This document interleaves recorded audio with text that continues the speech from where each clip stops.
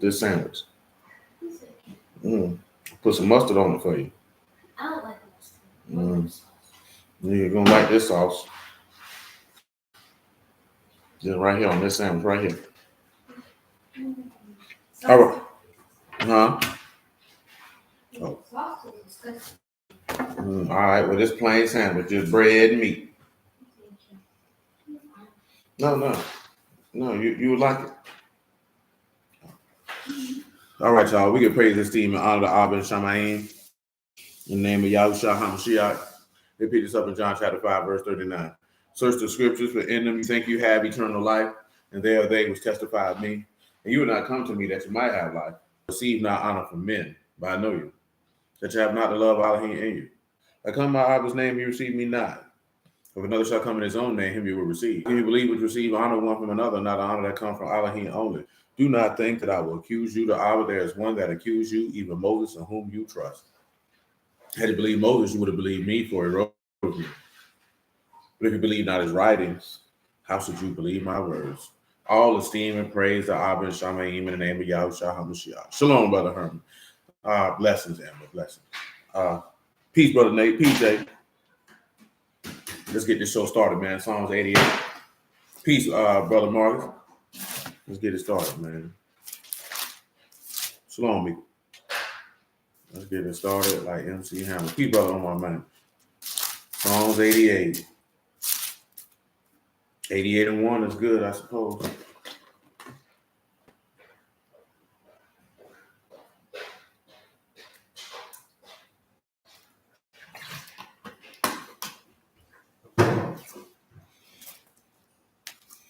O Yahuwah, Elohim of my salvation, I'll cry day and night before you. Let my prayer come before you. Incline your ear unto my cry. For my soul is full of trouble, and my life draw near unto the grave. Encounter with them that go down into the pit. Peace, Brother Martin. I am as a man, no strength, free among the dead, like the slain that lie in the grave, whom you remember no more, and they are cut off from your hand. You have laid me in the lowest pit, in darkness in the deeps. Your wrath lay hard upon me, and you have afflicted with all your ways, Selah. You have put away my acquaintance far from me. You have made me an abomination unto them. Shut up, and I cannot come forth. My eye mourned by reason of affliction. Yahuwah, I have called daily upon you. I've stretched out my hands unto you. Will you show wonders to the dead? Shall the dead arise and praise you, Selah? Shall your loving kindness be declared in the grave, or your faithfulness in destruction? Shall your wonders be known in the dark, and your righteousness in the land of forgetfulness? But unto you have I cried, O Yahuwah, and in the morning shall my prayer prevent you. Let's take a look at the land of forgetfulness. What's happening with your Tavon, man? Shoot, I can't call it.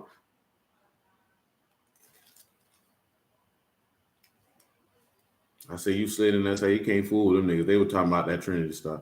That's in Bible rooms on this app, man. That is a regular daily conversation. When you look at forgetfulness, it is Neshah, Noon, Shah, Shan, Yod, and Hey. It's forgetfulness, oblivion. Oblivion. I know everybody knows oblivion, but it's not a word that you may hear on a day-to-day basis. And that is the state of being unaware or unconscious of what is happening. So I just want you to keep that in mind as we come over here to Proverbs chapter 6.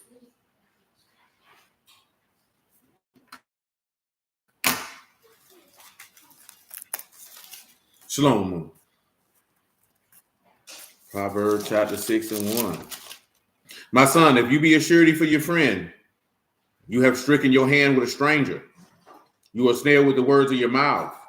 You are taken with the words of your mouth. See, pause, because I ain't going to do all this here. You say taken with the words of your mouth. Come over here to Matthew 26. Here, if you're making a surety for your friend.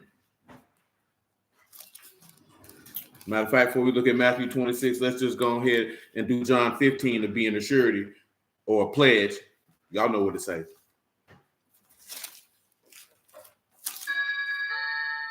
Oh, that's Mississippi. Get it, though. What's happening with you, so?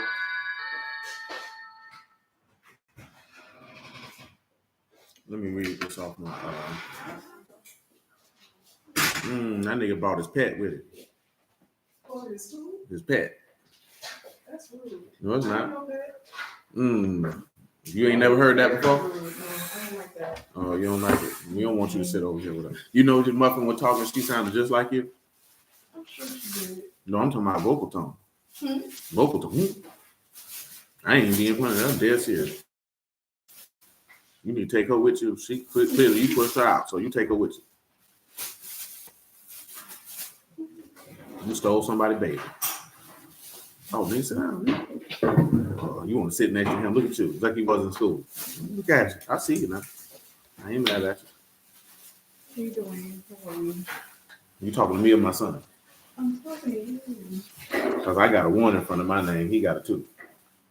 You got to specify. You brought some snacks? This nigga drink Gatorade. Come on, let's get John 15 and Sarah. You don't need to drink no Gatorade. Shalom, Sister Kelly. Shalom, Brother Robert. It ain't good for you. Oh, it's 0. It's 0. If you abide in me and my words abide in you, you shall ask what you will, and it shall be done unto you. Herein is my Abba esteem, that you bear much fruit, so shall you be my disciples. As the Abba have loved me, so have I loved you. Continue you in my love. If you keep my commandments, you shall abide in my love, even as I have kept my Abba's commandments and abide in his love. These things have I spoken unto you, that my joy might remain in you, and that your joy might be full. This is my commandment, that you love one another as I have loved you.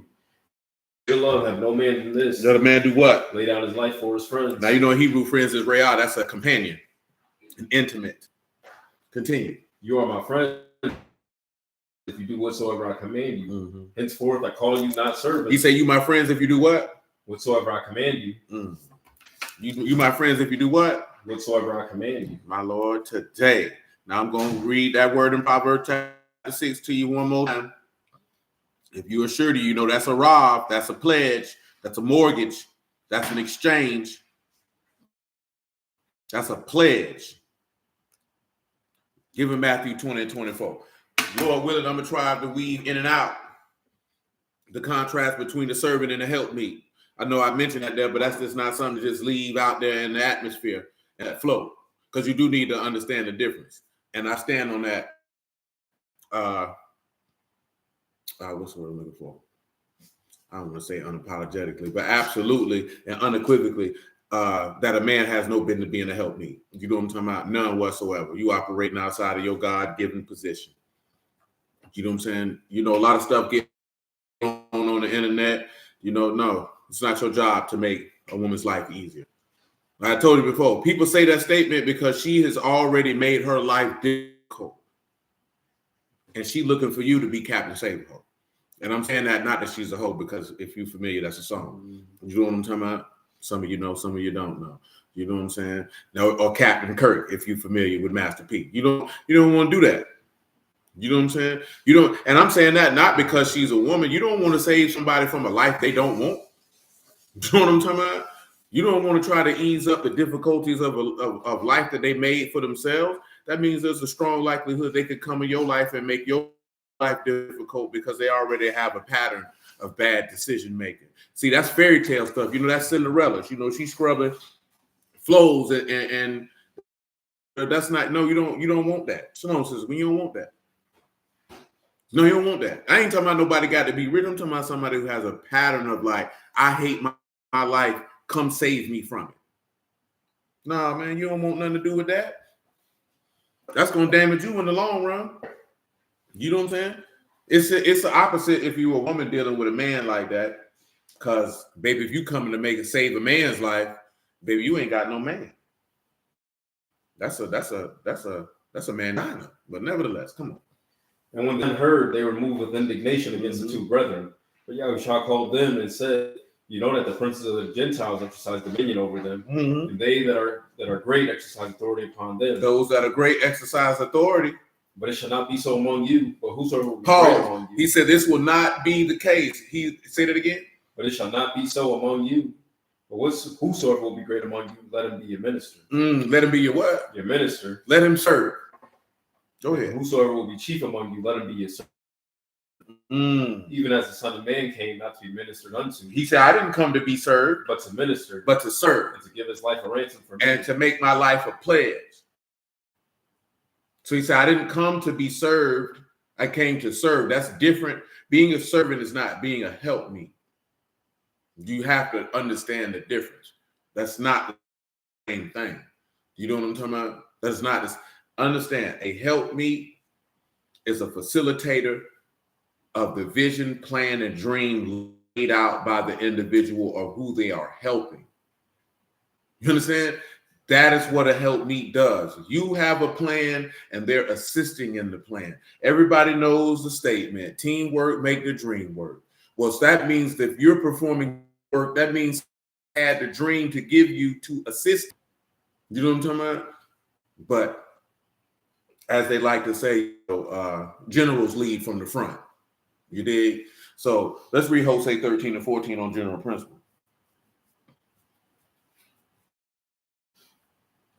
I will ransom them from the power of the grave. I'll redeem them from death. Redeem them from death. Of course, you know that is Gaal. That's the kinsman redeemer. That's the same as a pledge.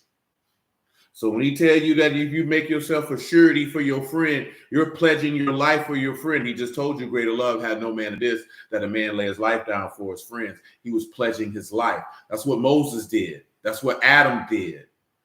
That was a pledge that Yahuwah would not allow them to pay, because he already had that set up for someone else to pay that.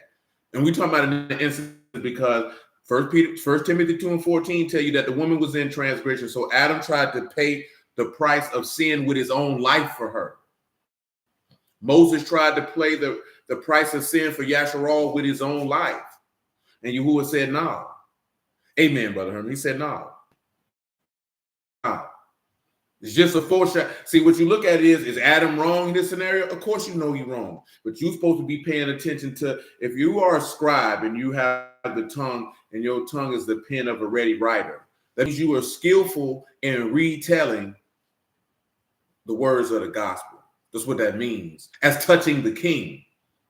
Well, look at Luke chapter 1 and verse 31, and let's see who the king is.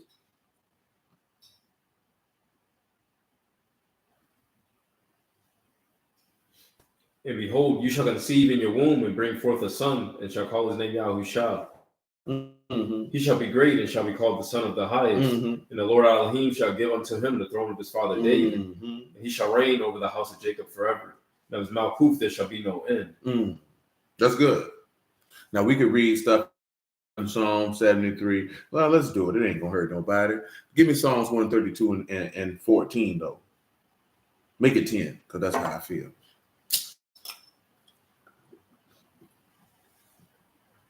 For your servant David's sake, turn not away the face of your anointed. You will have sworn truth unto David. He will not turn from it. Of the fruit of your body. Fruit of your who? Of your body. This is why I don't understand why dudes say David gonna be the Mashiach when he's telling you here, I swore to you by my name that the fruit of your body would be sitting on my throne. Not him. Go ahead, man.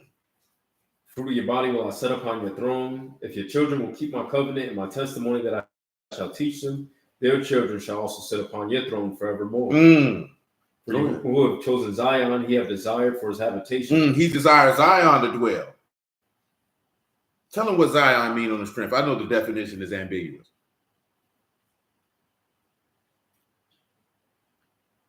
I ain't going stray too far away from Proverbs. That's a parched place. A parched place. You know what it means? But clearly, you're parched. You have 2 thirst-quenching beverages here.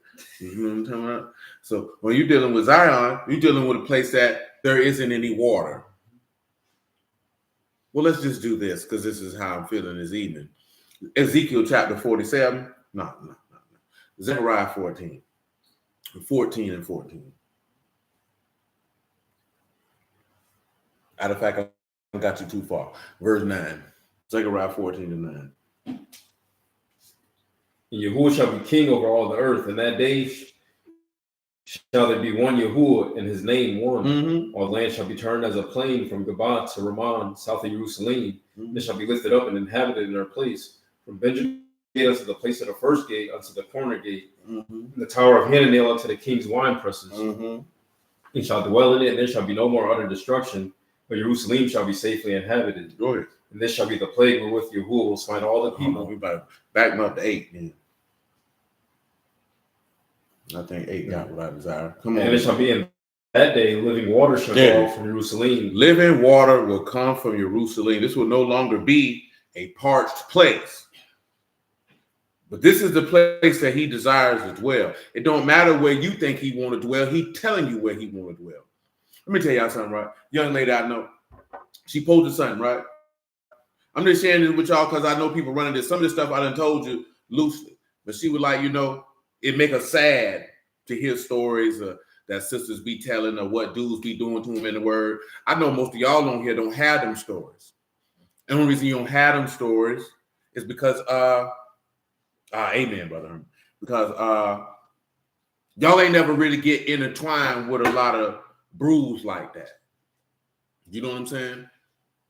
She was noticing, a lot of sisters got caught up, and what her thought process of the Hebrew community and why she separated herself from it. I commented on, what I told her? I never was a part of the Hebrew community, never had a thought of, why? Because niggas was outside amongst real people. So that never got up on that. But what I've noticed, and I told you this before, a lot of people come into this and you come in with a false expectation, and that's your fault. Man, me and Fat Boy used to be reading the word, and we used to come to the same conclusion every time. But we seen this in the street. I'm talking about Old or New Testament. But what I'm talking about is the interaction of human beings. You understand? See, people got in the word, and you forgot about, if you were aware, if you weren't aware, it's different, of the hearts of men. You understand? So when you understand the hearts of men, you know that just because somebody got a Bible in their hand, Yahuwah on their t-shirt, change their name, put on some quote unquote Israelite garments and all that stuff, that don't mean nothing, because people are people. And people gonna do foul things. And you came into this thinking, oh, we know we the people. That was your first mistake. But I know that people get got like that because a lot of these people who telling these stories, they come in and they young. So they ain't even really got no life experience. So people are already finna take advantage of the fact that you lame. Not lame as anything else, but lame to life, you inexperienced. You know what I'm saying? They're going to take advantage of that. They're going to take advantage of that all day, every day. Most of these niggas who in this word, they fake. The stuff that we were talking about, but you supposed to already knew that people were fake before you got in the word, because you should have already experienced that. You know what I'm saying? You had expectation on people because you thought this was some type of social club.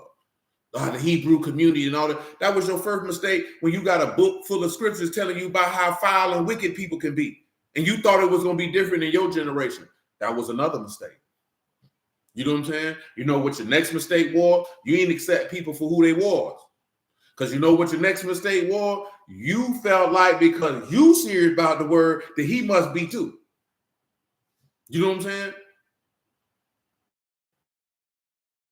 That was your mistake. Because just because you serious about the word don't mean he is. Because he not you and you not him. And you transpose your thought process on him, completely ignoring this individual's behavior. Completely ignoring it. You know what nigga's next mistake was? I tell you this all the time. Code of personality.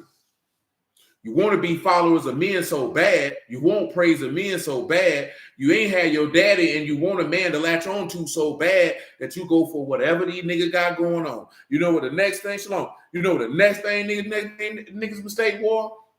You put niggas on the pedestal. Book tell you don't look at a man above that which is written. You put that man on the pedestal. You know what I'm talking about? And you allow these men. You know the next mistake is people who have certain popularity, rank, authority, whatever the case may be doing foul stuff, and dudes be sweeping it under the rug. You know what I'm talking about? And y'all know these dudes be foul. People sweep it under the rug. And like it don't happen. Dudes be in the assembly. These dudes be out of pocket. Dudes co-sign them, justify them, make excuses for them.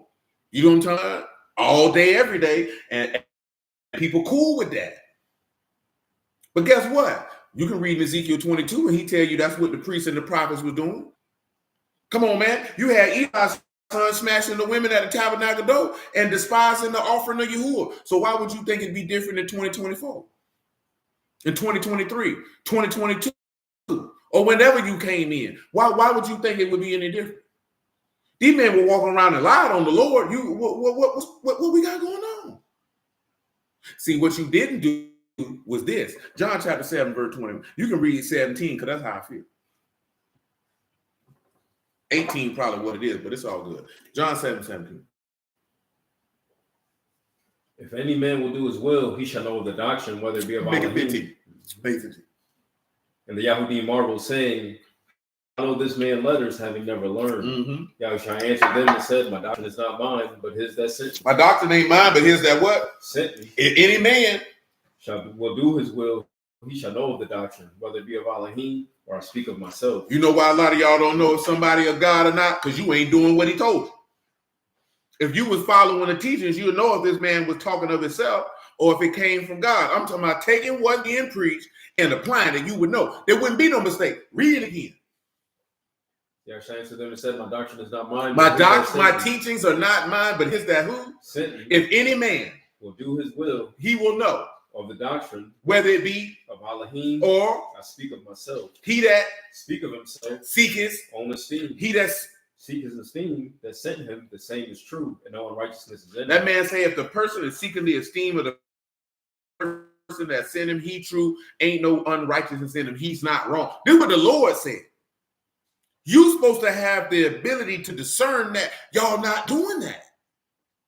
You see somebody, you like how they talk, you resonate with whatever, and you're not paying attention to what they teaching and applying it to see if it come from God or not. To be able to know is he speaking of himself or is he esteeming God? Amen, Brother Herman. A lot of people problem is most of these niggas speaking of themselves. They trying to bring esteem to themselves. Remember what we talked about last night? Niggas say he the greatest. That man say he that is who they argue about being great. He said, amen, people who do that, they seeking lordship and make people benefactors. That's supposed to be an automatic sign. He don't work for God. Because God said something different.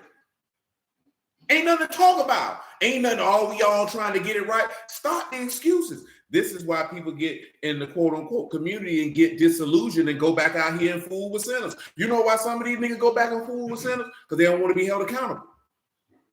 See, you got some people who come in this and they feel like I should be able to do whatever I want to do and nobody should check me.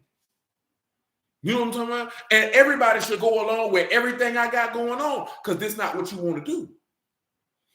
Now, the young lady said, son, I done told y'all for years, day in and day out, week in and week out, you niggas walk around here and blaspheme this man's name. You know what I'm talking about? You taking this man's name in vain, and that man said he not going to hold you guiltless for making his name worthless. That's not no light matter. Especially when you consider that this man made himself a surety, a pledge, a mortgage in exchange. I'm going to take that debt for you. That's what that means when you make something a surety. I'm willing to pay the debt if you default. See, if you do certain big jobs, you know what I'm saying? Or more importantly, if you do stuff for like the government, depending on what you're doing, they make you take a surety bond out. Some of you know about surety bonds when it comes to if you've ever bailed somebody out of jail, or God forbid you've been bailed out of jail. You know what I'm talking about? And that surety is collateral in case you don't come to court. We're going to take the collateral. Well, Mashiach is your collateral, so they don't have to kill you. You know what I'm saying? He's the collateral. Now, if you recall what we read at the beginning of Proverbs 6, because before we get to the end, it is imperative that I deal with what's at the beginning. My son, if you be a surety for your friend and you have stricken your hand with a stranger, you are snared with the words of your mouth. You are taken with the words of your mouth. Do this now, my son, deliver yourself, and when you are coming to the hand of your friend, go humble yourself and make sure your friend or strengthen your friend. But notice what he said, you're going to be taken by your own words. Now, when you pay attention, Mashiach, they tried to falsely accuse Mashiach with his own words. And we're going to read that. That's why I call for Matthew 26 first. But where you at right now? John 7. Keep on going with it. Verse 19. It's John 7:19. Say, did not Moses give you the law, and yet none of you keep See, the some law? people say, see, that's where it says you can't keep it. He didn't say you can't keep it. He said Moses gave it to you and you don't do it. He never said you couldn't. He said you weren't doing it. See, this is what people don't understand. You not doing something is a conscious decision and choice on your part of not to do it. It's not that you can't do it. It's that you don't want to. Because you can put the hot dogs down, but you like glizzies with extra mustard and relish. And that's why you have a hot dog pack on your back. You know what I'm talking about? Like you say, hey, I like snorting cocaine. And that's why your life is in shambles. Some dudes, you know why they depressed and miserable? Because he like masturbating. He can't come out the room. His life is pathetic. But guess what? It's people who stand in front of you and talk word all day long. Cuz just left out the room. You wouldn't shake his hand if you knew what he was doing. You know what I'm saying? Little brother told me a couple weeks ago, man, it's a woman in the congregation. They think this woman is a just and godly woman. She getting her back broke by a nigga who ain't even in the word. Don't nobody know. But who she fellowship with.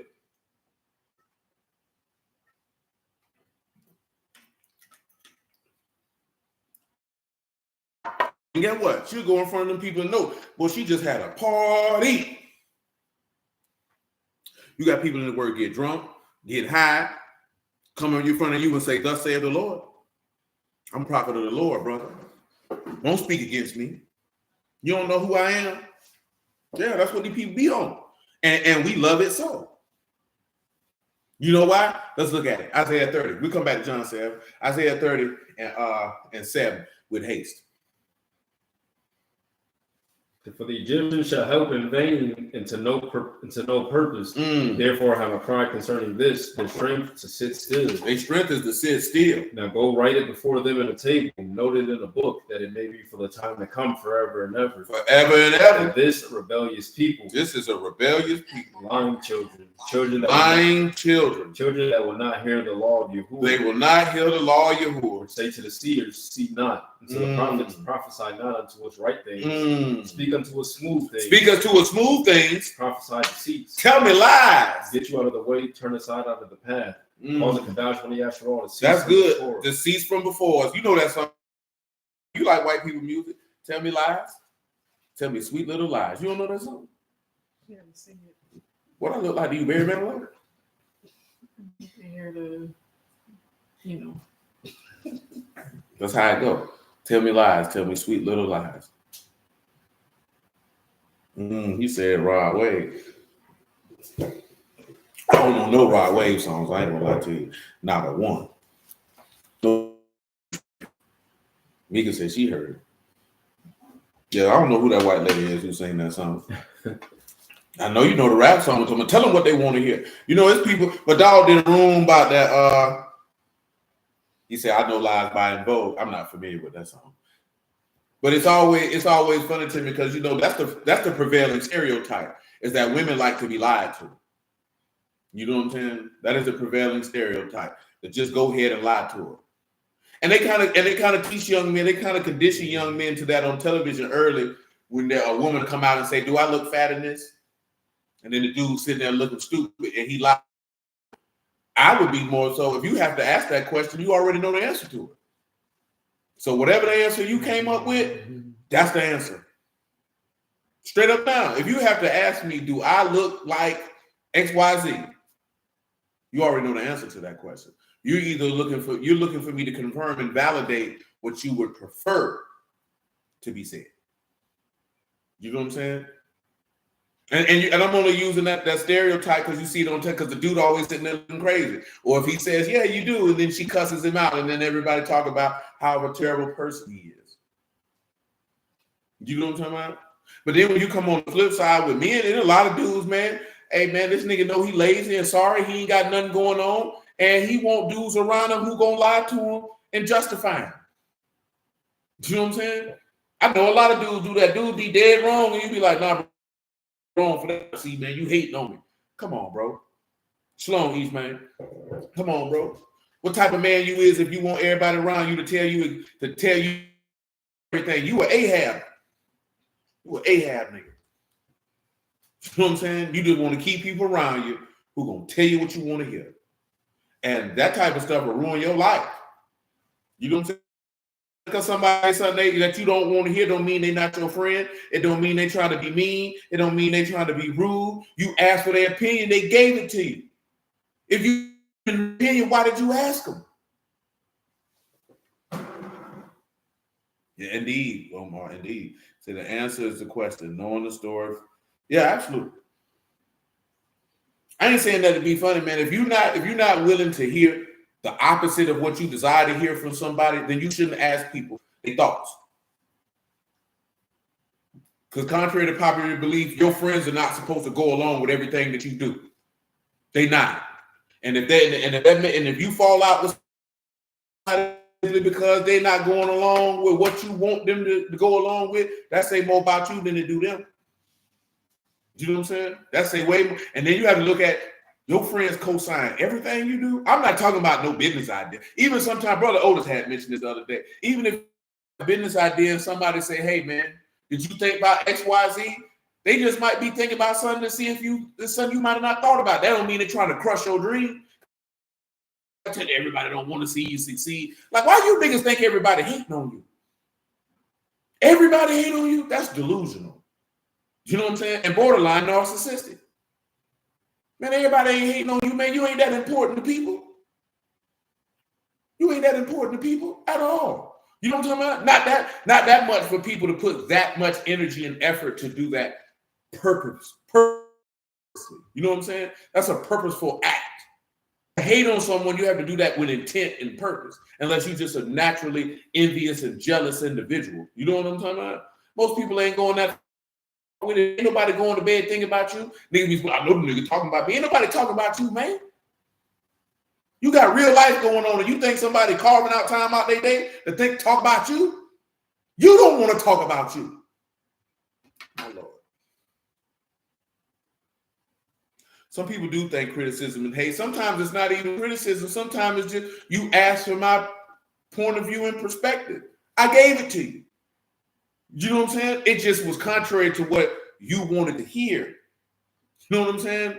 So because I didn't say what you wanted to hear, now you have to come up with a defense mechanism to justify being angry at this person because you're really upset because I thought you was going to just go along with it. If you already knew you were going to do something, why are you asking for opinion?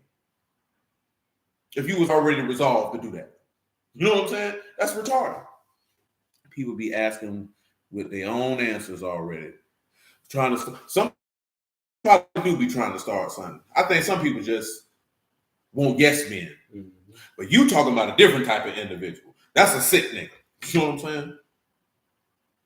Yeah, that's the same thing Brother Omar put up there. That's a sick person. Somebody asking questions with the answer they already got just for the purpose of strife and contention that Amuna mentioned. That's a sick type of person. That's the type of person you got to stay away from them. They got problems that only the Lord can deal with, and He might not want to deal with it. You know what I'm talking about? They're being serious with you. That's a deranged person. Give me Galatians 4:10, and then we'll come back to where we're at. Like, seriously, I ain't even being funny. Why would you ask people questions with the purpose of wanting to fight? How miserable is your life? Go ahead, man.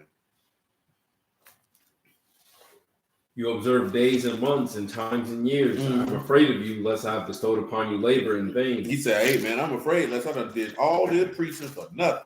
Brethren, I beseech you, be as I, for I, as you, you have not injured me at all. You ain't hurt me. You know how through infirmity of the flesh I preached the gospel unto you at the first, and my temptation which was in my flesh you despised not, nor rejected. But received me as a Malakim of Elohim, as a Mashiach Yahushua. Where is then the blessedness you spake of?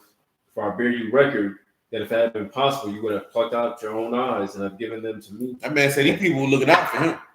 Am I therefore become your enemy because I tell you the truth? He said, now if I known we done had all this love, you received me as an angel, you received me as Mashiach, you would have plucked your eyes out to give it to me because you know I needed something. Now I'm your... See, this going further because we done went through we done showed each other love, but we got real stuff going on. And now I'm your enemy because I told you the truth. My God, today. That's terrible. You know what I'm talking about? See, like I say, because Mika Omar mentioned that verse, but I wanted to go up further so you could hear the context of why he was making that statement. Because it wasn't even just dropping, he let them know, like, hey, boy, you receive me if I was like I was the Lord. If I was a messenger from heaven. Well, you was willing to, well, you would have went blind to make sure I had what I needed. And now we adversarial because I said something that was truthful that you didn't want to hear. He says, trust nobody and everybody. The victim mentality is bad. But honestly, I think the root of it is being raised by self-imputed women. You know what I'm talking about? I'm not talking about women in general. I'm talking about a certain woman, and I'm talking about that for men. You know what I'm talking about? It's being raised by a certain type of woman. You done picked up a certain attitude and character trait from your raggedy mama. You know what I'm talking about? Because let's not cut no corners here. Everybody ain't had no good mama. I know everybody might love their mama, and I know you might want to create this thought process in your mind that your mama is the greatest mamas of mamas. But when people come around, you know what I'm talking about? Certain people, you tell them how terrible of a mother your mother was. That don't mean you don't love her. But you ain't got to act like your mama was a great mother and you know she wasn't. Everybody, mama, amen. Every woman ain't got that in her, man. You know what I'm saying? And it just is what it is. And you know how I know this? Because I done seen it. I ain't telling you what somebody told me. And I'm not telling you about no internet stuff. I done seen some terrible mothers. I'm talking about terrible. Man, I remember when we first got out of prison, man, me and my homeboy, man, this chick left her 3-year-old baby in the house to go to the club with her nigga. She was pregnant, mind you. Left that baby in the house to go to the club. Me and bro, he ain't in there, man. We like, damn, we can't even get this little girl up out of here, man. And I remember his cousin, the chick came up, she was like, what y'all getting me for Mother's Day? The dog said, when did you become? It took everything in my power not to laugh in her face. What I'm talking about, you know what I'm saying? Because he was dead serious. That wasn't said out of no contention or no spite. Oh, yeah, Barry, you ain't lying. Because that lady was ready to fight me. Y'all wasn't out there. But one year we were downtown, man, the lady was cussing her son out like a dog. It is, woo, woo, woo. I say, damn, baby, you ain't got to talk to him like that. She ready to cuss us out and fight us. I'm like, Jit scarred. Jit ain't got no chance to be functioning and full and whole. I'm talking about as soon as he come into manhood, he going to have to get some help. You know what I'm saying? He gonna have to get some help because Jit gonna be messed up. Man, I know a lot of dudes grew up, man. I know dudes who didn't respect their mama because she ran dudes in and out of the house. They saw that. They saw that. And I'm telling you this because you wonder why some dudes don't have a level of respect for women like you think, because they hate their mama. They think in their mind that every woman is like their mama. That's just the reality of life, man. You ain't got to agree with it. I'm not condoning it. I'm just telling you what it is.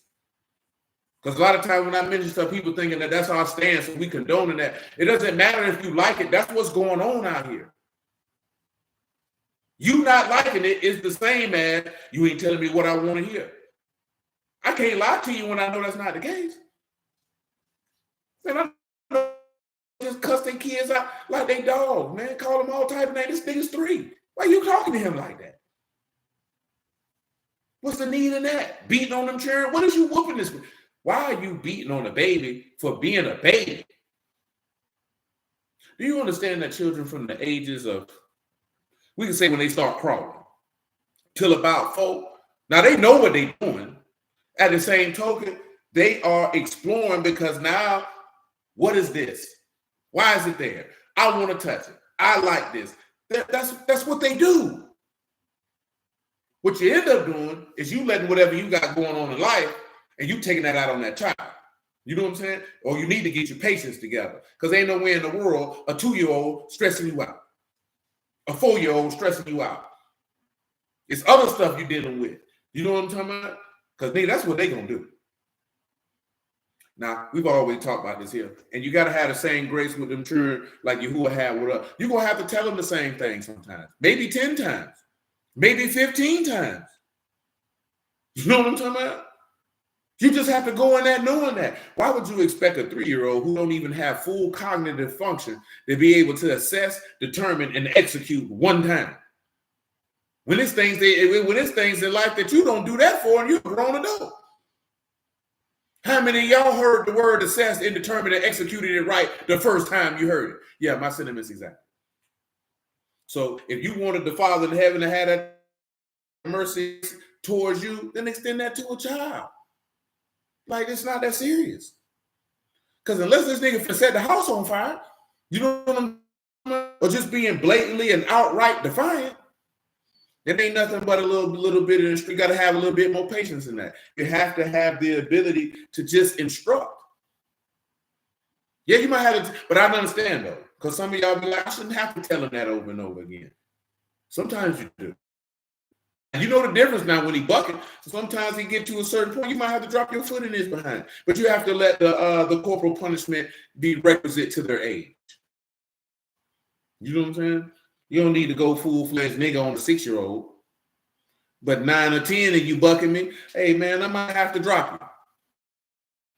Because now I know your cognitive function is a little bit better. I'm gonna tell you, because that's how Yahuwah operate. When you a babe in the word, he give you a little space. But you know what? This nigga's stupid. And when I say stupid, I'm not stupid as you unintelligent, but you don't really know. You know what you don't know. Because you're growing by and by. You know, keep desiring that sincere milk of the word. Get him for pt2 and 1. This is what I'm referring to. Indeed, and that rod is not necessary because, you know, because I'm really mentioning it because brother was talking about this here, how his mama used to beat him with a belt till the flesh came off. See, that's ridiculous. But guess what? There's a lot of black folks who believe in that and beat on their kids like that. I don't need to beat on no child till the flesh start peeling off. I don't need to beat on no, if I need to beat on that child like that, there's something wrong with me. There's something wrong with me. Ain't nothing the child could have did that bad for me to beat on them like that. That means I need to call the police. This nigga need to go to jail. Ain't nothing no child could ever do for you to beat on him like that. That's ridiculous. You know what I'm talking about? And I ain't gonna lie to you. After a point of time, them kids become numb to that. That junk don't work. They just gonna be like, I'm gonna do what I want to do. You gonna beat me. You know what I'm saying? I'll get over it, then I go do it again. So it's not the objective is to correct the behavior, not just beat on this nigga. So, you know, a lot of people always mention that particular passage. No disrespect to Brother Herman, I know why he mentioned it. And rod means correction. So don't hold back correcting this child. Because if you hold that back, then he's going to spoil. Now, we can look at the Hebrew word for spoil, but he's going to be spoiled. So you need to correct him. That's why the book says, despise not the chastening of Yahuwah. Do you not understand the first time he mentioned that he would chasten them in the wilderness? There was no physical corporal punishment. They were being chastened by, hey man, you ain't got everything you want, but you got what you need. I'm instructing you in this process. You don't like that discipline because you want free reign. I want everything. I want to do what I want to do. No, I got to keep you humble. See, instruction is to humble you. See, we ain't talking about this stuff like how women be screaming. I see a lot of women saying, why do men want to humble women? I don't know if dudes want to humble women or not. I've never experienced that. You know what I'm saying? In real life, I don't know, maybe dudes do that on the internet. You know what I'm saying? I don't know. I think they said that. Now, I think dude probably will. I think dude was trying to be funny. Because the last time I seen that, I guess these pop the balloon shows, because I don't watch that type of stuff. That junk lame as hell to me. But that's just me. You know what I'm saying? I don't see the draw. But hey, maybe it's not for me and I'm not supposed to see the draw. You know what I'm talking about? And I'm not saying that because I have old lady. I just don't see the draw of somebody coming in the room waiting to see who gonna validate me by not popping a balloon. But I also do know that that's a new age dating show. It's a new age dating show. This ain't like Love Connection. You know what I'm saying? Y'all might be young for that. You know what I'm talking about? This is a new age dating show, so I get it. So dude said he don't like women with weave. He said, I can see your braids in the back of your wig. Baby take a wig off, baby got a fade. You know what I'm talking about? Now, he said, I can see the braids in the stocking cap. Baby had a fade. You know what I'm saying? Maybe is he trying to humble her? Who knows? But some stuff, you know, these niggas is different. I don't know. So you say, I see kids whose parents don't realize they have cognitive disabilities that aren't easily identified. They think they bad.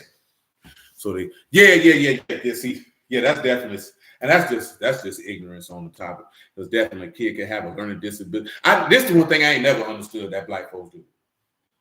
You helping your child with some type of schoolwork, and you think yelling at this nigga is gonna help him think. What is the answer? Well, now you got this nigga scared. Now he's nervous. You know what I'm talking about? Emotionally distraught. You know what I'm saying? He all over the place. He can't think. You upset because you don't know how to do the homework. Now, that's one thing if you say, Johnny, if there's 2 apples and you add 2, how many you got? 7? Oh, Lord, that's niggas. You know what I'm saying? But that's not going to threaten to whoop them. How is that going to lead to conducive learning? That's not going to work. That's not going to work at all. You know what I'm talking about? I never understood why black folks did that. I know it's going to make them score better. Let me yell at it. Yeah, you know what I'm saying? Now, sometimes they be frustrated because they be feeling like maybe he really don't get it. But you like to say, if you don't get this answer right, I'm going to pop you. Well, shoot. Now you got him doing it under duress. He definitely going to get it wrong. Like, not that they don't know it, but they just ain't got the patience to go. Yeah. To teach. So you got to walk with a child, not speed past him? Absolutely. Yeah, I definitely think people ain't got no patience.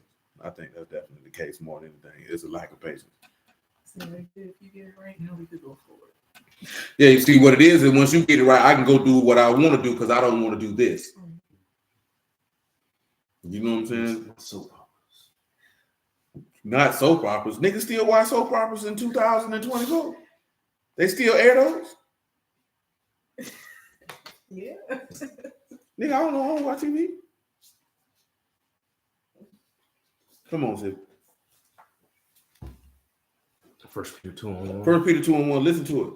Say, wherefore, laying aside all malice and all guile and hypocrisies and envies and all evil speakings, as newborn babes, desire the sincere milk of the word that you may grow thereby. Desire the sincere milk of the word so you can develop. If you want to develop, you have to desire the word as a brand new babe. Come on back and finish this John 7. General Hospital still freestyling. Wow. Don't mind me. My Lord. You know what I'm talking about? Not General Hospital. Man, I remember back in the days, man, y'all had mercy on their soul, man. My mom and my auntie, especially my auntie, she used to come to the house, boy. She already got a Young and the Restless recorded while she was at work. You know what I'm saying? And she read it. In General Hospital. I say, man, all I was the time to go in the room. These niggas finna watch some junk I do not want to see. Verse 19. John 7:19. Say, did not Moses give you law, and yet none of you keep the law? Why go you about to kill me? Your booty ain't stink now, huh? Don't worry, I saw the same thing. Say, the people answered and said, you have a devil who go about to kill you. Yahushua answered and said unto them, I have done one work, and you all marvel. All marvel. Moses therefore gave unto you circumcision, not because it is a Moses, because he gave it to Abraham. And you on the Shabbat day circumcise a man. If a man on the Shabbat day receives circumcision that the law of Moses should not be broken, are you angry at me because I have made a man every whit whole on the Shabbat day? Judge not. According to the appearance. But judge. Righteous judgment. That's a lot of people's biggest problem is that you judge according to appearance and you don't judge righteous judgment. And that's how you get caught up with these people. You know what I'm saying? You get caught up. He done told a lot of people they were Israelites. You got caught up in his outfit. You got caught up because he called himself Casa da Maria. And that nigga named Charles. And Charles like to beat women. You know what I'm saying? Charles like to lie. Charles is a whoremonger. Yeah, that's what happens. Because you didn't judge according to righteous judgment. You judged according to how it looked.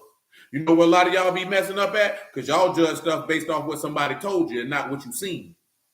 And not what you know. That's why what I always tell you, I ain't telling you you're lying. You know what I'm talking about? But I can't say that I wasn't there. You know what I'm saying? I can give you an assessment based off what you know. The thing what a lot of brews do that always grinds my gears is they want to talk about when they have a situation with somebody else, but they want to talk about what that person did. That person ain't here, so we're gonna talk about what they did. They not here. What am I gonna discuss them? I don't really care. Had that conversation. I mean, she did this and she did that and she did this. Well, why you ain't bring her with you for you to tell me all this? Because if you ain't bring her with you, I don't care what she did. Let's talk about what you did. I don't want to talk about her for what? How am I going to make a judgment based on somebody who ain't here? About something I didn't see?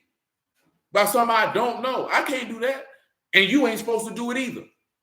I don't care if that's your home girl, your sister, your homeboy, your wife, your cousin, your grandmother. You're not supposed to do that. You're not supposed to do that. You better put your personal attachments to the people to the side. Man, you'll go to hell for doing stupid stuff like that. He ain't gonna care that was your old lady. You know, one of the biggest mistakes is you got to defend your wife at all times, but you better defend that word. Your wife take you to hell. Because she could be dead wrong, and you could give unrighteous judgment, and she dead wrong. Now you're going to be standing there looking stupid. Because you have respect to persons and judgment. You can't have no respect to persons and judgment. It don't matter who it is. What the law tells you, Sibby, to not, just read it for him. Exodus 23:1. I love the book that too. This ain't no means to just be like, screw your wife. We talking about judgment, man. You got to know, you have to have the ability to know how to decide matters. And you have to you cannot allow your personal connection to somebody to cloud how you judge matters. You know how most people feel like in the word? That people judge accordingly to whoever it is what they have a relationship with. No, that's what you do. Everybody don't do that. That's just what you do. Don't put that on me, Ricky Bobby. Don't you put that evil on me, Ricky Bobby. Come on, man. So you shall not raise a false report. Put not your hand with the wicked to be an unrighteous witness. You shall not follow multitude to do evil. Neither shall you speak in a cause to decline after many to wrest judgment. You should not speak in a cause. You should not speak a word to wrest your judgment. Why, sir? Neither shall you countenance a poor man in his cause. If you meet your enemy going astray, that's good, man. You can't do that. You can't do that. You have to judge righteously. And it doesn't matter. I don't care who's righteous. Care who it is, it just cares who is righteous. Meaning who is justified in the matter. If your friend ain't justified, then they're not justified. It's just that simple. You know what I'm talking about? Oh, here comes another one. This nigga said, I hate cucumbers and dog. Oh, he likes dildos in his butt. Nevertheless, continue on this.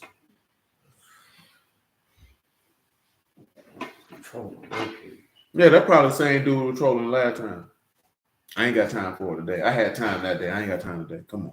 I got something I got to deal with. Should we go back to John 7? No, we good with John 7. It was something else in my mind. Dang, I done forgot. I was trying to head somewhere else. Now, Lord willing to come to mind. What was that before John 7? We was in say we finished that. Good on that. Good on that. Good on that. Come on back to Proverbs 6. It'll come to my mind in a second. Oh, that's what it was. The spare the rod stuff. Let me deal with this correction part because it's gonna come into what we're gonna be talking about in a second. Come over here to Proverbs 13:24. Listen to this. Praise the Lord. Proverbs 13:24. Listen to it. He that spares rod hate his son. He that do what? He that spares rod hate his son. Listen. But he that love him chasten him beat time. He that love him do what? Chasten him beat time. Now go ahead and tell him what rod is. This should bet for those who may not know, but you know what I'm saying? But he gonna read it. Shabbat, rod, staff, branch, offshoot, club, scepter, tribe. This is for correction. For correction. Now come over here and read me Psalm 23:1. Everybody knows Psalm 23. Your grandma had that yellow page in the house, didn't it? Mine didn't. But maybe she didn't live long enough for me to see that.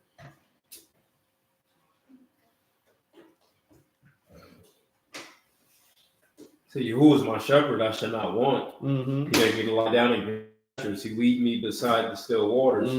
He restore my soul. He lead me in the paths of righteousness for his name's sake. Yea, though I walk through the valley of the shadow of death, I will what? Fear no evil. Because why? For you are with me, your rod and your staff.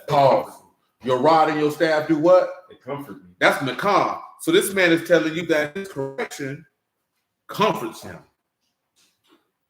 You know? I mentioned it earlier. We'll read it again. We'll read it now. Deuteronomy 8:5.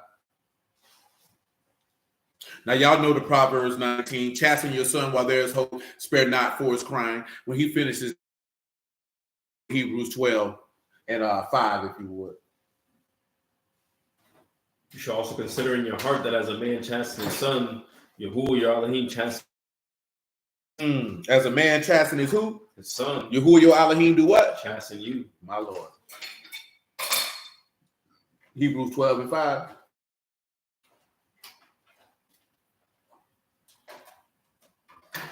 You have forgotten the exhortation which speak unto you as unto children. My son, despise not you the chastening of the Lord, nor faint when you are rebuked. Don't faint. And remember what it said that Yahushua was with strong supplications, crying, and tears was heard, and that he feared. He was being chastened. He didn't faint. He didn't fall out. See, if you faint in the midst of chastening, as it says in Proverbs, I mentioned last night, I believe it's Proverbs 24:13. If you faint in the day of adversity, you're what? You're small. It's verse 10, actually. If you faint in the day of adversity, your strength is small. If you faint in the day of chastisement, your faith is small. You got to understand something. Yahuwah doesn't chastise for the sake of chastising. We could read the what in Job 33 and whatnot. We're going to not do that tonight. He chastises for the purpose of your perfection. That's the purpose of it. The writer of the epistle of Hebrews will expound. Go ahead. Say, for whom the Lord loved, chasten, and scourge every son whom he received. Who every son he loved, he do what? Chasten. So if the man don't love you, he not going to correct you. Remember, chasten Hebrew is uswar most of the time, and that too is to instruct. This is why Psalms say, blessed is the man who you chasten out of your law. But you don't hear people screaming they blessed when they talk about chastening them. You don't hear nobody say that. A lot of people get chastened by Yahuwah. You know what they had a nerve to say? The devil busy. That ain't the devil, that's the Lord. Everybody always put stuff on Satan. Man, a lot of that stuff, man, Satan ain't involved. He's not involved. People tell somebody got in an accident, the devil busy. Kill nobody. Man, the devil can't kill nobody. He ain't got that kind of power. We done talked about this plenty of times, man. Listen. You can't sell your soul to the devil because the book say all souls are mine. So how you going to sell it to Satan? He can't even buy it. See, you're not selling your soul. What you're doing is you're giving him your worship. Now, see, you can give Satan that, but you can't sell him your soul. Your soul don't belong to you. It's not yours to sell. What you going to give him for your soul? There's no pledge you can give, but you give a pledge for your worship, because that's what I know people don't clarify like that. When people say soul to the devil, really what you're doing is you're doing what he tempted the Lord with. I'll give you all this stuff if you bow down and worship me. You know what I'm saying? And that's what these people do. But you can't sell your soul. That man say all souls are mine. The soul of the Son as the soul of the Father. And the soul that sin, it shall die. You can't sell your soul. It's not yours. Satan don't have that type of power. Man, Yahuwah had to tell Satan, man, you can do whatever, but you can't kill him. Man, Satan get told what to do, man. Now, if Yahuwah let him have free reign on you, that's it. Man, Satan ain't got the type of power you think he got. What he do is he goes around. I told you he's a buster. This is for people who ain't never heard this before. He's a sucker. He's the type of individual that come up and tempt you with what you like, knowing that you like it, hoping you don't have strength and ability to discern that, you know what, I need to abstain from this.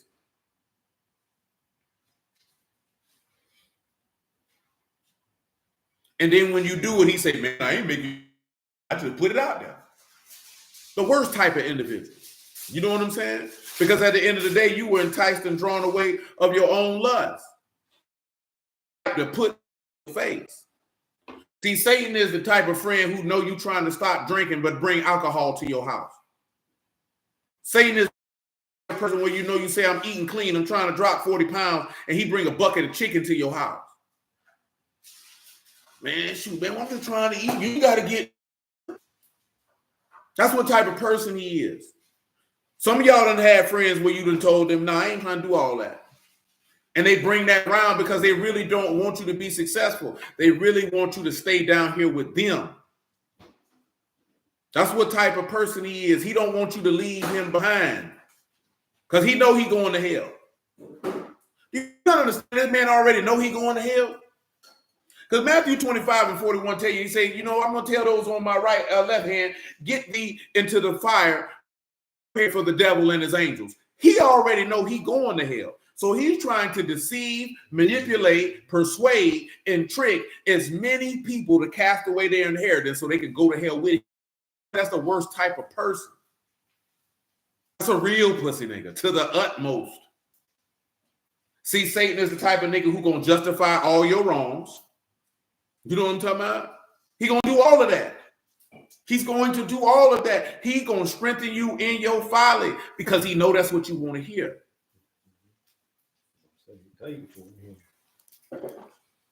That's right, Brother Herman. Indeed, Brother Marvin, man. I'm telling you, that's how he kick his game.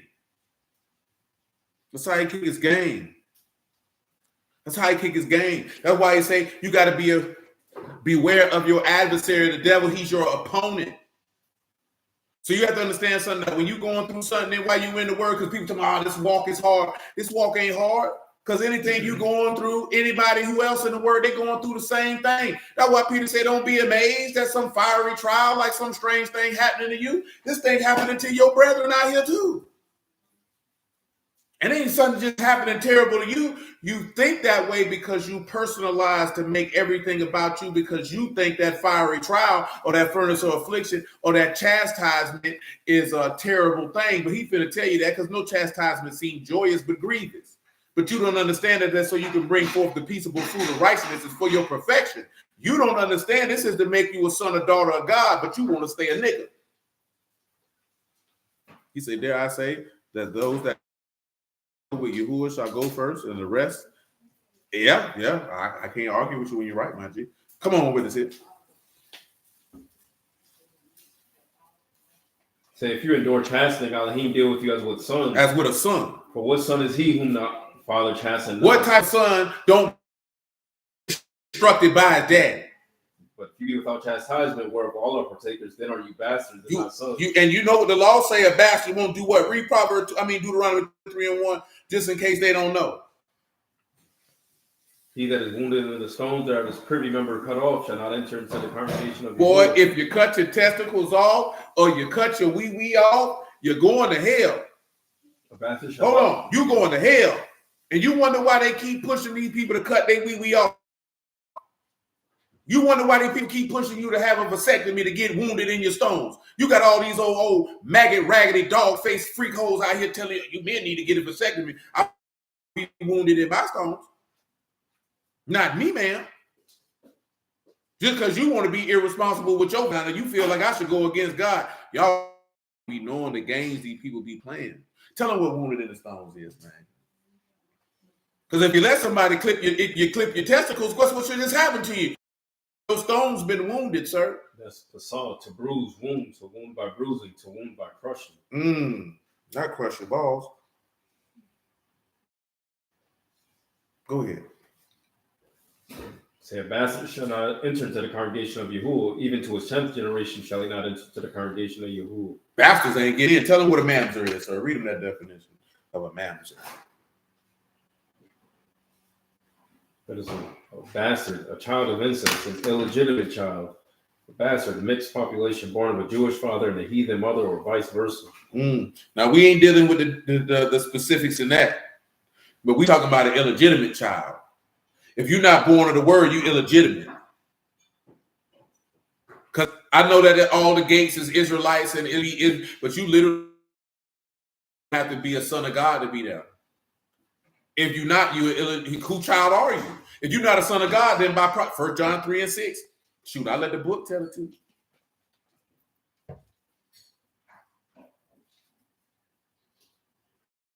Whosoever abide in him, sin not. Whoever do what? Whosoever abide in him, Sin not. What else? Whosoever sin have not seen him, neither known him. I ain't seen him, neither known him. Come on. Little children, let no man deceive. Don't let nobody lie to you, baby. He that do righteousness is righteous, even as he is righteous. If you're doing righteousness, you righteous just as Yahushua righteous. Don't let nobody lie to you. He that commits sins of the devil. He that commits sins of the who? The devil. Of the who? The devil. And the devil sinned from the beginning. He sinned from the where? From the beginning. For this? Purpose, the son of Elohim was manifested for what? That he might destroy the works of the devil. But he whosoever is born of Elohim does not what? Commit sin. He cannot. Or seed remain in him. His word, the word is staying. He cannot sin. He can't do that. Because he's born of Elohim. Because he was born of God. What else? In this, the children of Elohim are manifest. Children of the devil. Simple as that. That's cut and dry. Ain't no in between. If you commit sin, you're the devil. If you don't commit sin, you are God. He say, in this is manifest. We know the difference. Ain't no in between. Ain't nobody. You don't know who a God. You lying to me. Man just told you. The Lord told you are of your father the devil, and the lust of your father you will do. Well, all you need to do is know the lust of Satan, and you'll know who a God and who ain't. What type of games we out here? How you don't know people from your own household? You know what? And this goes back to the point that I told you the young lady was talking about. That's how you get caught up in the Hebrew community, because you're not looking for the fruit of God. You looking because his skin brown and he know he is Israelite, instead of looking for who's of God and who ain't. That's how you get caught up. That's why I ain't never got caught up in coming at, well, he's a Hebrew, so he got to be godly. Nah, I already see this nigga wicked as hell. You know what I'm talking about? Yeah, we pull up on people, man. We can tell, man, we pulled up on one. We can tell, man, fool with us. Man, we already know most of these niggas ain't fool with us, man. They ain't like, because, hey, man, we don't perform fellatio and we don't toss salad. We're not going along to get along. You know what I'm saying? We're not finna dress like you. We're not finna talk like you. We're not finna play the games that you play. We're not finna, I'm not fooling with them niggas over there. They need to stay over there.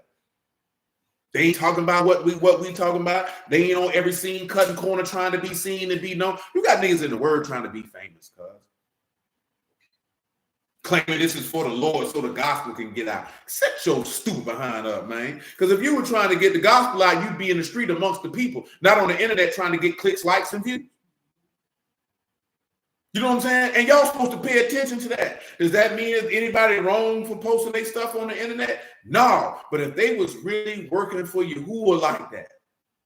They wouldn't be concerned with clicks, likes, and views and popularity on the internet, because they would be too busy doing is that they do. And if I post and you see it, then you see it. You know what I'm saying? But outside of that, I'm over here doing this. I'm really not concerned with all of that.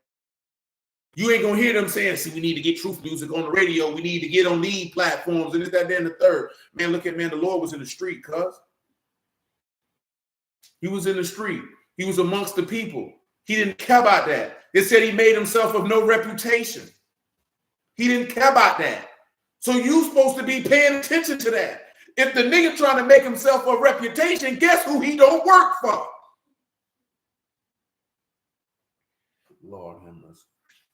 I'm only saying it because it's a real point of what the young lady meant. And it's a lot of people who have this comment. You know how many people I know who done said, man, I done left the Hebrew community, and dudes think that means they left the word.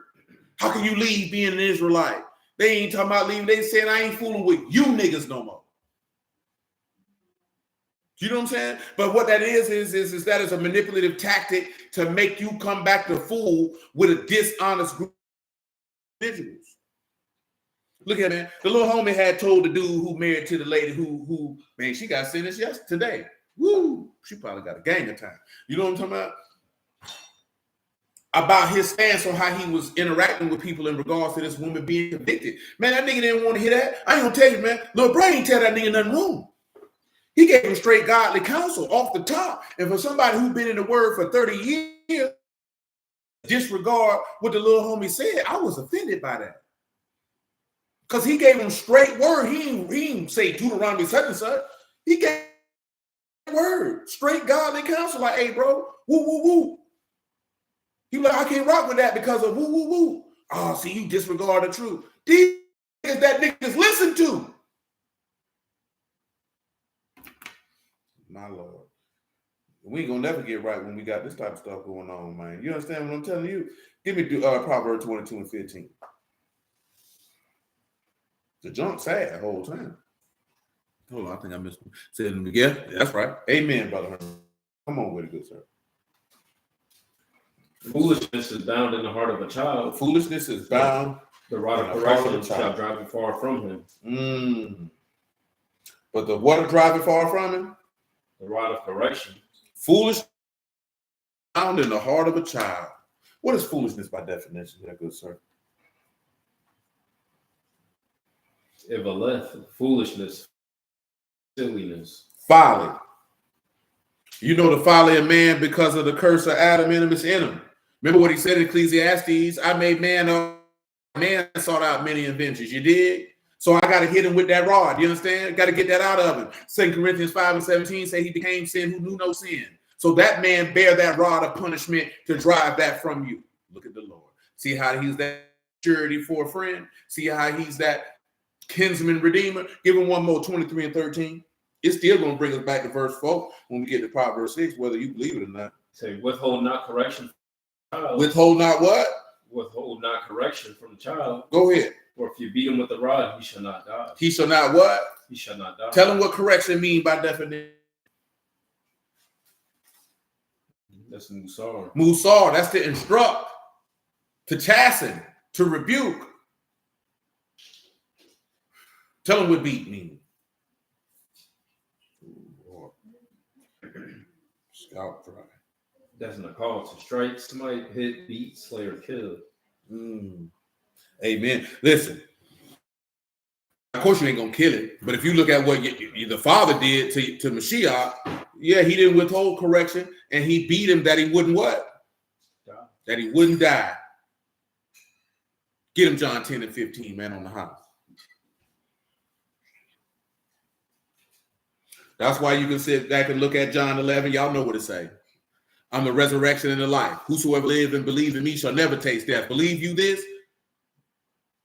He said, man, I'm the Elohim of Abraham, the Elohim of Isaac, the Elohim of Jacob. I'm not the Elohim of the dead, but of the living. He's not the those who are in the land of forgetfulness or oblivion.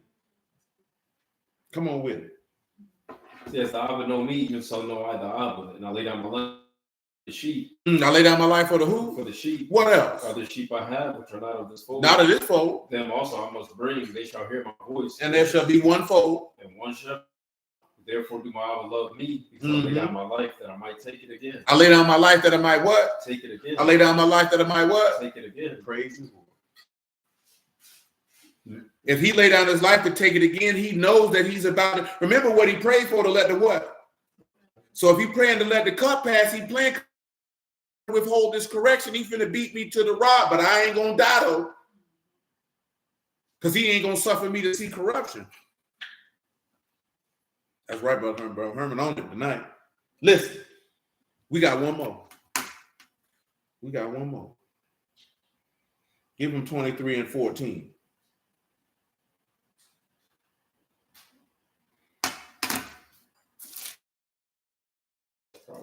Yes, sir. This is what he say, man, when you beat him with the rod. What's going to happen? You shall beat him, deliver his soul from hell. If you beat him with the rod, you will deliver his soul from the grave. Listen, man, my son. If your heart be wise, For what? shall rejoice. Even mine. He say, my reins. Shall rejoice. When you do what?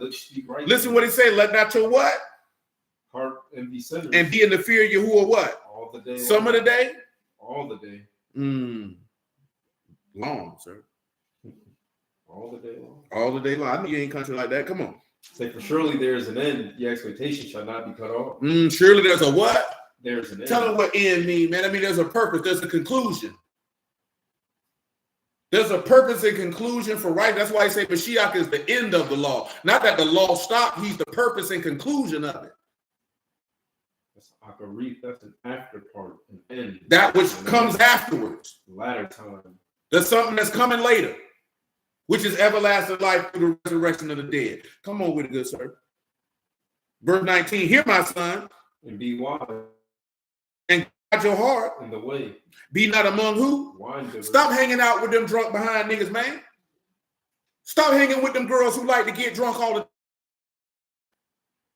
She like to get drunk all the time. She finna go home and do something. She ain't got no business with somebody she probably barely know. Little else we say, man. Among what? Riotous eaters of flesh. See that. Remember what that wine bibbing in that riotous eating that went hand to hand and reveling for false gods, man. Stay away from that. He said, my son, listen, man, he give you the game as a man on who to avoid. What he just told you? If you be wise, my heart shall rejoice, my reins shall rejoice. When you speak right things, he son, listen to what I'm telling you. Man, the most important thing you can do for your son is to develop some wisdom so you can give it to him so it can direct his life. You know what I'm talking about? That's what we were talking about the other day. That's why, hey, man, you're supposed to be taking your time as a man to develop wisdom. Wisdom is the most precious gift you could give the man. It's more precious than rubies. Nothing that you can desire should be compared to it. Man, you don't need to, yeah, giving him money, cool activities, man, all that junk cool. If you ain't gave that man no wisdom, boy, you failed your son. You failed your son. He got the ability to fight out here. But that boy said in Minister Society, you know to pray, he can get devoured. Satan gonna chew him up and spit him out. Come on with it, man. Except for the drunkard and the glutton. Drunkard and the glutton shall come to what? Poverty. And drowsiness. Shall clothe with rags. Tell him what drowsiness means. See, I'm trying to work it back to the main point. Lord willing, we're gonna get that in a minute. I got time. Drowsiness is more as drowsiness, somnolence, sleepiness. Tell him what rags is. Is it like rags like Cinderella? That's Quran. That's a rag or torn pieces of garment or fabric. You got a torn garment. You know what I tell you? Can't put new garment on a new piece on an old garment. Let's what? Rent. You're gonna be destroyed because you like to sleep all the time, but you sleeping on your soul. Give me Romans 13:10. You sleeping on your soul, cuz. Amen, brother. That's right. Yes, I know the thoughts that I think. It's thoughts of peace to not bring you to an expected end. Indeed, Omar, indeed. Come on with it. Say, love work no ill toward his neighbor. Therefore, love is the fulfilling of the law. Listen. And that knowing the time that now is high time to awake out of sleep. It's high time to awake out of what? Out of sleep. Get your black behind up. Lazy nigga. You want to lay in the bed and scratch and fart. That man say, get up. Go ahead, man. For now our salvation nearer than when we believe. But all jokes aside, when you actually in a state of death, you alive, but you dead. We trying to be free among the dead. No taxes and obligations. Come on back to Proverbs. Read me 22. I'm going to read all this here, man, because he's trying to tell you what to listen to. And I just want to share it all. Come on. He said, hearken to who? We still holding Hebrew 12, by the way. Proverbs 23 and 22. He's slipping. You got him nervous over there? Hearken unto your father that begat you, and despise not your mother when she is old. Buy the truth. And sell it not. Wisdom. And instruction. And understanding. Notice he told you to buy instruction means buy chastisement. Buy rebuke. Buy that instruction. Come on. The father of the righteous shall greatly rejoice. He that beget a wise shall have joy. Your father and mother shall be glad. She that bear you shall rejoice. Ain't nothing gonna make a woman feel better when she knows she got a wise son. That man tell your foolish son make his mama sad. Bring her shame. Come on, man. My son, give me your heart and let your eyes observe my. He's a whore, a deep ditch, and a strange woman. A narrow pit. She lie and wait. That's for a prey. And increase. The transgressors among men. Listen, man. I told y'all this a while back, man. You need to understand and know the difference between a lady and a whore. See, it's the job of men. Look here, man. Don't be like these goofy niggas on the internet who think that all women, you know what I'm talking about? And all this other stuff. All women ain't bad. Just bad women are bad. You know what I'm talking about? Misguided. And they just need to be developed. But that man said a whore. A zanah. Tell him what whore is by definition, man. A zanah. That's what he's telling you about. A harlot. Leave alone. She's like the grave. She coming to increase your rebellion and take you down. Zanah to commit fornication, to play the harlot. She wants you to go against God. You got to leave her alone. You have to avoid her. Remember we read it last night. You can't lust after her beauty with your eyelids, all that there, man. Lusting that. That's how these boys get took down because you lusting after because she look good, man. Whoa, here she comes. But watch out, boy. She going to chew you up. She a man eater, man. She going to destroy you, cuz. You remember what BBD told you, didn't you? I know she know because she like Ronnie, Bobby, Ricky, and Mike. He told you, man, you can't trust a big button. That girl is poison. You know what I'm saying? You can't get caught up in that. See, a lot of dudes, I told you before, a lot of dudes don't want a godly woman. You ain't gonna care on what she packaged like, because her being godly would be your number one desire. Now I understand nobody don't want to be married to a wildebeest. You know what I'm saying? I understand that. You don't want to sit back and look like, damn, she ugly. Just like I don't think most women want to look at it and like, damn, this nigga ugly. But nevertheless, at the same token, man, that person's character needs to be first and foremost. Why would you want to have a highly attractive demon next to you, man? And I say demon loosely because ain't nobody no demon. You're just a wicked, no good bastard. You know what I'm saying? You have a proclivity to fight, transgression, sin, and iniquity. But they look good, though. They going to hell and you probably going with them. You know what I'm saying? Lil Johnny said he liked that Hall of Nose. Them boys done broke up, too. After all these years. They said they broke up because one of them wanted to sell the catalog and the other one didn't. Yeah, Hall of Nose. You don't know about Hall of Nose, boy? Shoot, them classic white men right there. Classic white men. Everybody hating Hall of Nose. I'm talking about niggas anyway. They sound like niggas to an extent. You ain't never seen Lil Duval say with that song, I Can't Go For That? No can do. You know about Hall of Nose? Well, both of you niggas need to get the hell out of my house right now. This is a disgrace. You people from New York, your people old. What was that for the Renaissance? The Renaissance, nigga, that's from the 80s. What was the Renaissance? Nigga, that was the 1500s. Get out. No, the Harlem Renaissance. Nigga, that was the 1920s. Get out. Get out. This nigga talking about some Langston Hughes. That's Harlem Renaissance. How this nigga from New York don't know who Langston Hughes is? This nigga ain't from New York. From this nigga from Dorchester. I'm not a music historian. Man, get that out of here. Yeah, I think they do. I read an article about them boys fighting, man. I definitely, well, we're not fighting like physically, but their disagreements because they broke up.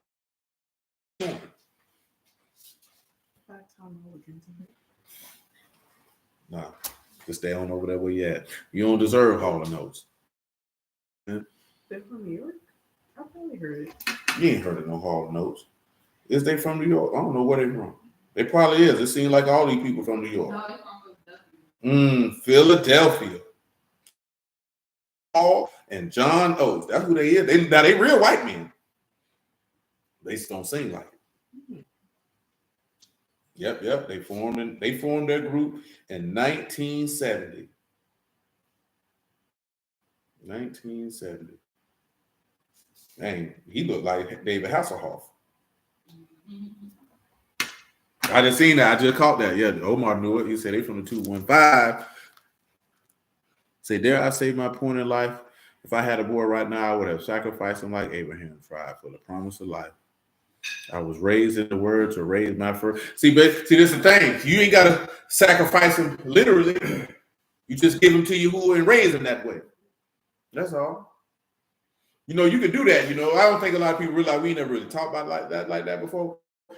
But you can definitely do like what, you don't necessarily got to be a Nazarite vow, but you can definitely do like what Hannah did and say, I give my son to Yahuwah. This one, I set him apart for you. You know what I'm saying? Ain't nothing wrong with it. Everybody ain't got that type of commitment for Yahuwah personally to say. Now, it's different now because they dropped Samuel off to the temple. You know what I'm saying? With the temple at that time, I should say, the tabernacle at that time, dropped him off. This your son. I see him when we come around here. A lot of people ain't got that level of commitment. Just like I seen Doc Ross just seen, he said he ain't know Matrix was the womb. He was blown. Somebody say, what did that mean? All firstborn sons belong to God. All firstborn sons of the children of Yasharah all belong to Yahuwah. Read it for them, see in case they don't know. Exodus 13 and 15.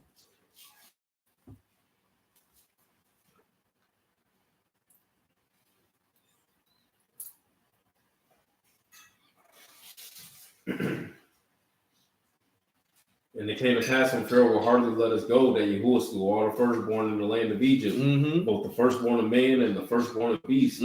Therefore, I sacrificed to Yahuwah all that opened the matrix. All the, he said, I sacrificed to Yahuwah all that opened the what? The matrix. Being what? Males. Go ahead. All the firstborn of my children are redeemed. All the firstborn of my children, I do what? Are redeemed.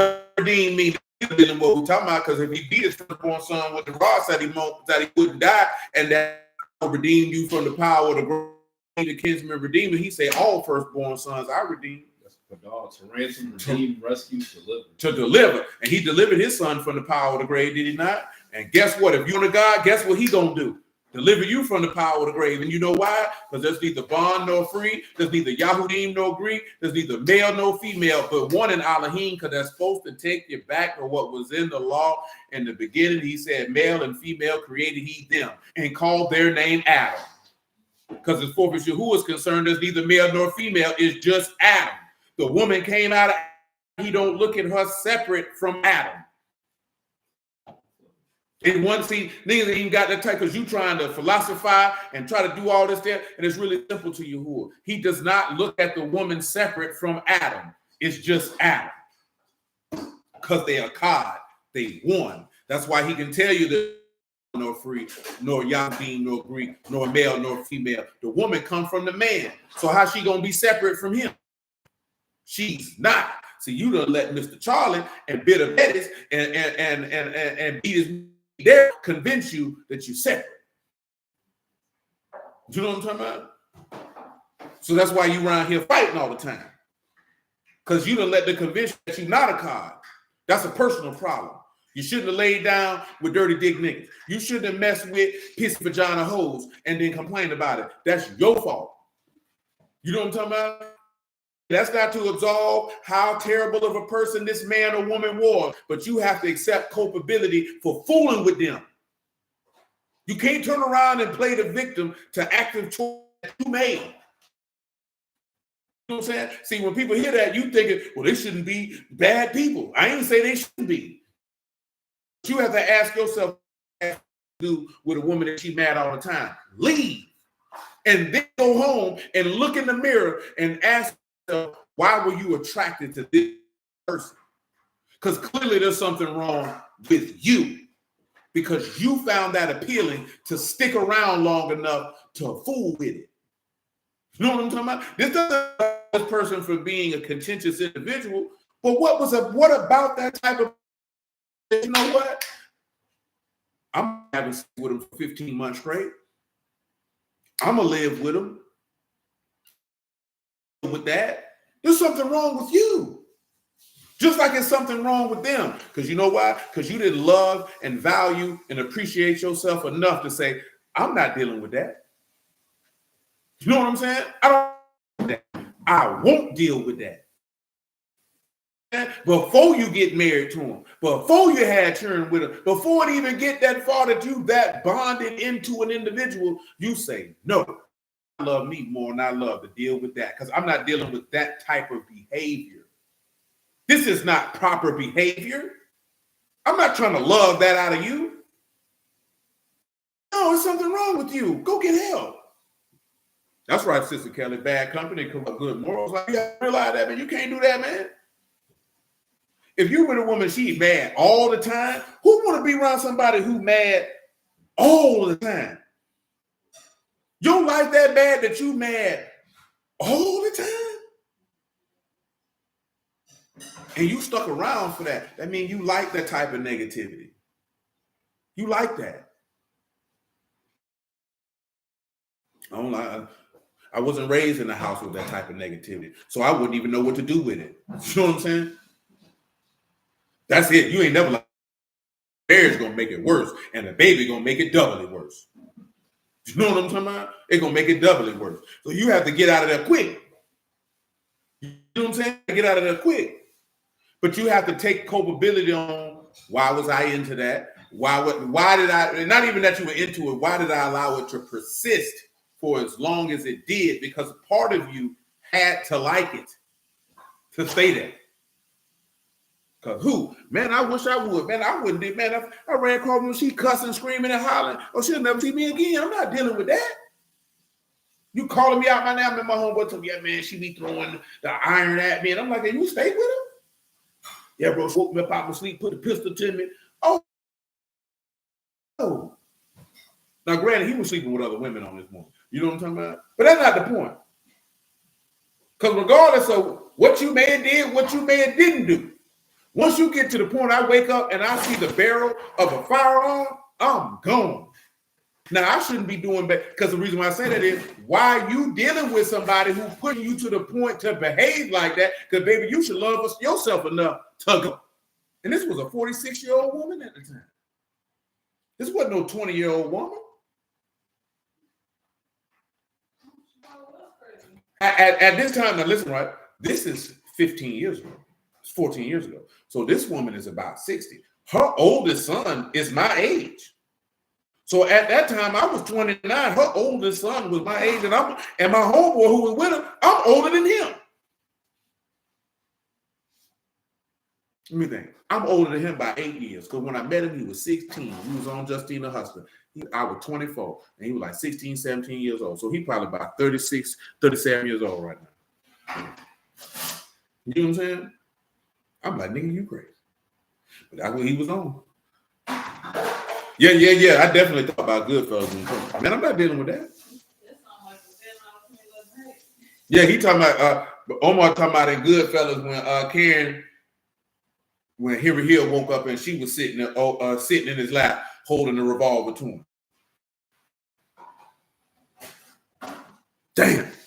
Man, Monte said a few weeks ago his homeboy cousin got killed in his sleep by his girlfriend. You know what I'm saying?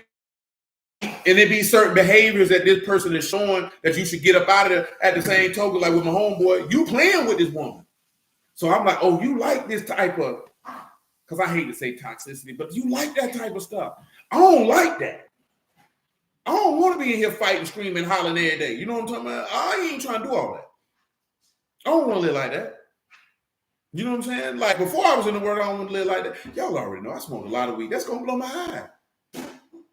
I don't want to be around no woman I got to argue with. Oh, yeah, the sex be better when you do that, man. Well, then I don't want it. Because if I got to do all that for that, it ain't worth it. The juice ain't worth the squeeze.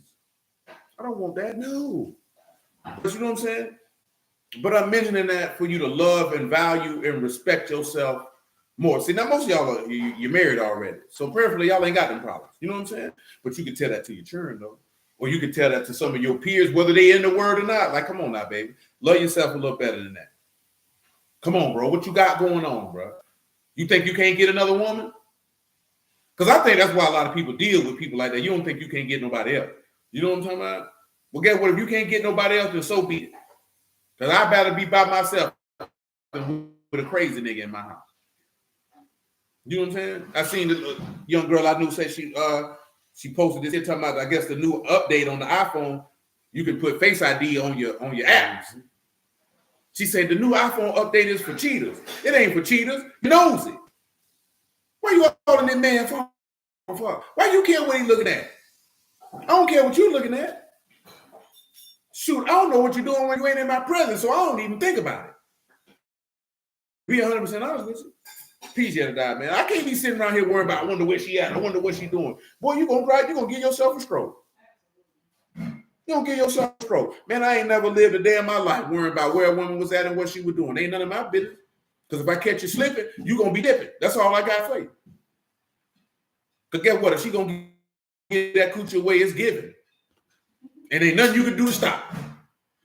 You know what I'm saying? You can call her phone 1,000 times. You can have a location and follow her around. If she want to pass that vagina away, it's past, cuz, and ain't nothing you can do to stop it. Nothing. You know what I'm saying? Look at it, baby. If he trying to pass out free sausages in the city, you can't stop him. You know what I'm talking about? So then it just come down to, is you going to deal with that or not? And I ain't the one to tell you what to do. I just tell you what I would do. I'm not dealing with that. I could be by myself. I'm good. I love and respect myself enough. If you ain't, I'm not finna take care of somebody who's finna do that to me. I ain't got to be with nobody. I'm not dealing with that. You know what I'm talking about? I don't want to deal with that. But some people do. And if you choose to deal with that, you need to let that go. Because if you can't let it go, you need to let them go. If you're going to hold them emotionally hostage because they cheated on you and that was 4 years ago, 10 years ago, shoot, 15 minutes ago. Because if you said you were going to deal with it, you need to let that go. Bringing it back up and doing all that stuff, that means you can't deal with it. I'm not telling you what to deal with and what not to deal with. Only you can tell yourself that. Because I can't tell you what to do. Shalom. I can't tell you what to do. I can't tell you what to do. I can tell you what God would do, but I can't tell you what to do because you wrong.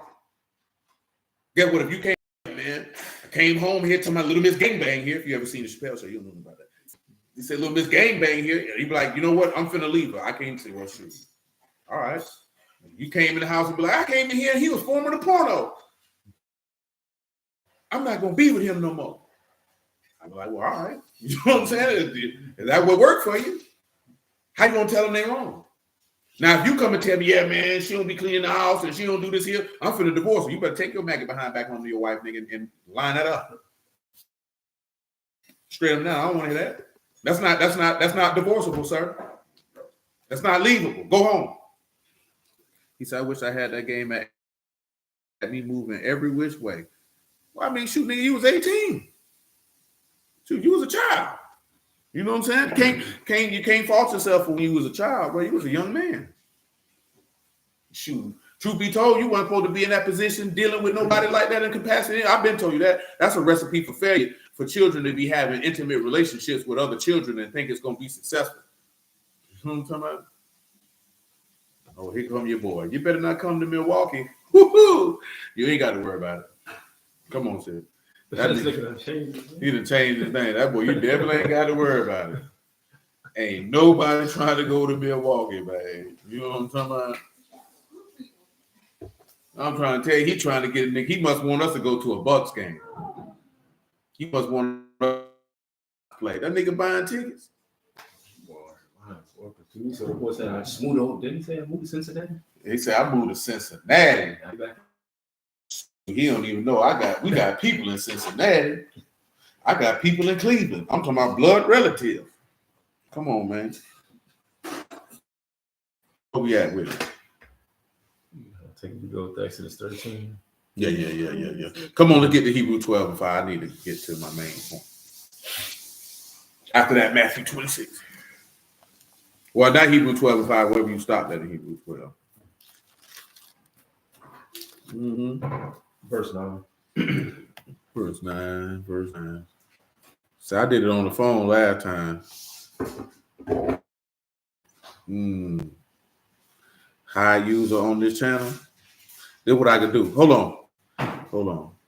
Let me see if I can do it. I want to just remove, say time out. Yeah, there we go.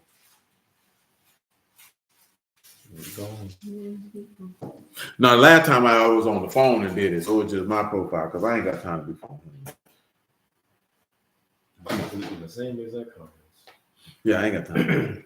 Say furthermore, we have had fathers we just gonna block him. You know what I'm saying? You got fathers in your flesh who what? Which corrected, and we gave reverence.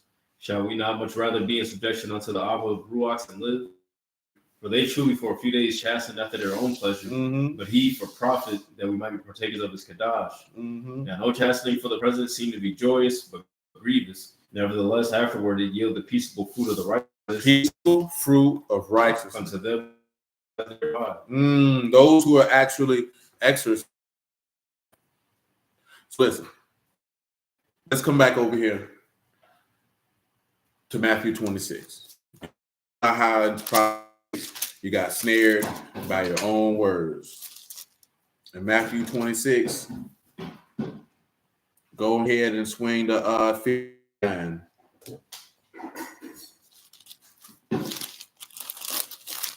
Now we're gonna see how delusional Buddy is if he make him another YouTube just to come over here, or if he got some on deck. Because some people do that. And that's unfortunate. That's usually probably somebody who likes to rub him one out. Basically. Come on with it, verse 26 and 59.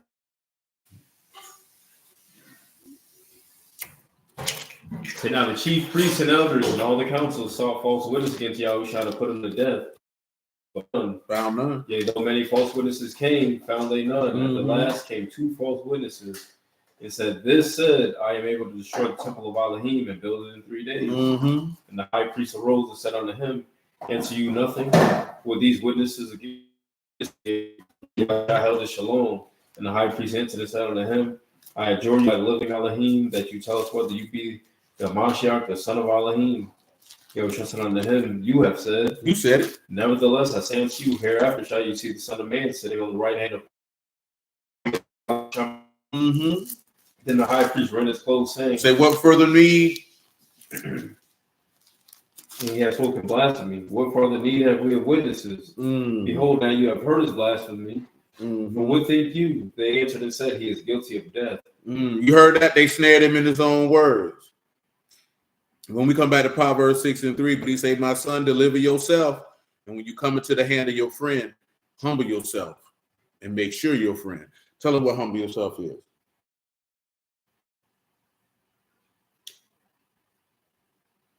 That's for Foss. Stamp oneself down to humble oneself. Give me Philippians 2:5.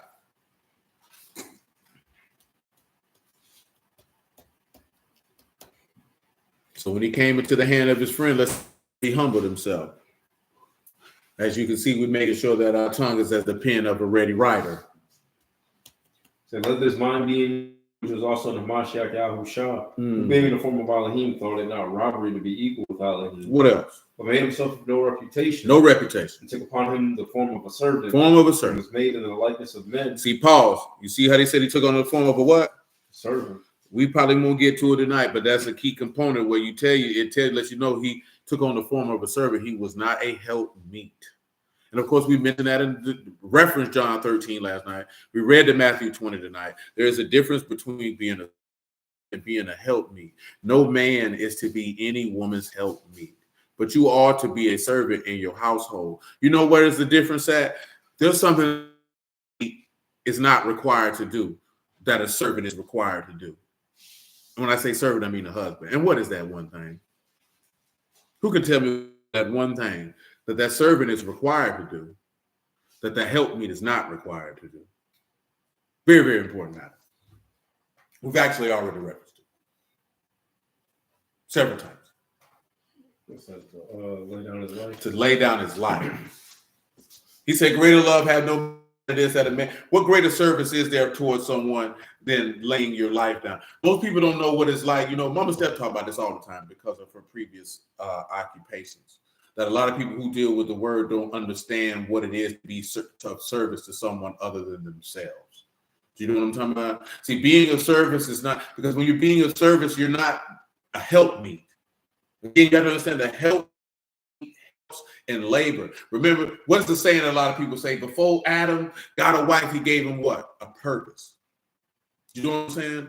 And she was created him in said purpose. You understand? And then Adam is the first example of facilitating, of laying his life down for his wife. Because that love is stronger than death, and jealousy cruel as the grave. And if for love, if a man would give up all the substance of his house, it would be utterly contemned. He would utterly despise it. You know what I'm talking about? So when you look at it from this aspect, laying your life down, serving somebody is drastically different, because you are seeking that I'm going to be of value to you. I'm going to do this. I'm going to do that. I'm going to make sure that I can be a benefit to you. You know what I'm saying? There's a difference. Me serving you is not fulfilling your plans, visions, goals, and dreams. You know what I'm saying? That's not what I'm doing. Shalom, Brother Shaul. A helpmeet helps to be able to fulfill your visions, plans, goals, and dreams. So when you look at Mashiach, he can be servant to minister to his wife, and his wife being Yasharal, what is their job? Here is the vision, because without it, the people perish. And go teach all nations, you know what I'm saying? All things that I have shown you. Because now you are aiding in what? My vision, plans, and goals. Because my word's not coming back to me void. It's going to prosper in the thing that I sent it. Because he said, you know, the Lord gave the word, great is the company of those that publish. So if you're proclaiming it, it's because you are a helpmeet to your husband, because you are facilitating what he wants done.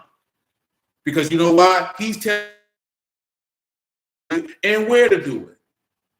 You know what I'm talking about? Yeah, that's how that goes, man. It's laying down your life, similar to Romans 12. Give me Romans 12 and reference verse 2. I know what to say. That's just for everybody. You can read 12 and 1, actually. He said, never mind. We'll reread it anyway. It's all good. He said, I beseech you, therefore, brethren, by the mercies of Elohim, that you present your bodies a living sacrifice, Kadash, acceptable unto Elohim, your reasonable service. And be not conformed to this world, but be you transformed by the renewing of your mind, that you may prove what is that good and acceptable. Now, when you hear him say willing to lay your life down as a living sacrifice, transform your mind, you are willing to become a help me because you're trying to come into his life. So you already have to look at this here. Yahuwah's not coming into your life fitting into what you got going on. You coming into his life, so you have to fit into what he got going on. You know what I'm saying? See, we live in a different time in society, so men are being taught that you need to fit into what that woman got going on. Bring that to the Lord. The Lord is like, some people be like, man, if you got this going on, you don't make the ministry fit your life. You fit in with the ministry. That's how that works. This is why you hear people always bless me, I'm gonna get this, and because you think you'll help me. You think Yahuwah's sole task is to help you fulfill your dreams. But that told you got to think great things for yourself. Read it for him, Jeremiah 45 and 5. Because it's going to distract you. That man is not here for you to be rich and famous. Come on. And seek you great things for yourself. You seek you great things for yourself? Seek not. Seek not. I'll bring evil upon That's good. Read it again, though. And seek you great things for yourself. Seek great things for yourself. Seek them not. For behold, I will bring evil upon all flesh. I will bring all evil upon all. Does that mean that you can't do great things or desire to do things? No. That's not what that means. Come over here to 1 John chapter 5. In 1 John 5, man, give me verse 13. Matter of fact, give me 10. That don't mean that, but what it means is we can end up putting the great things that we want to do before him and think that it's his job to facilitate that for you, and you ain't got to do nothing for him. That your visions, plans, goals, and dreams are great. That's a dangerous place to be, G. That's a dangerous place to be. Because now you think that you and you dictate to him. That's not how that works. Go ahead, man. This is how you know that Yahuwah is a servant, but he's not your help. Listen what he's finna say. Because there's a key component. In Numbers 30, a man can disannul the vow of his wife. And your daddy can do that.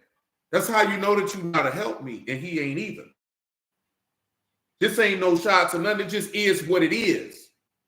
See, that's another problem that we come in the word, is that some people perceive things as being misandrist or misogynistic or oppressive. It just is what it is. Don't get mad at me because you don't like his order of operation. I ain't got nothing to do with that.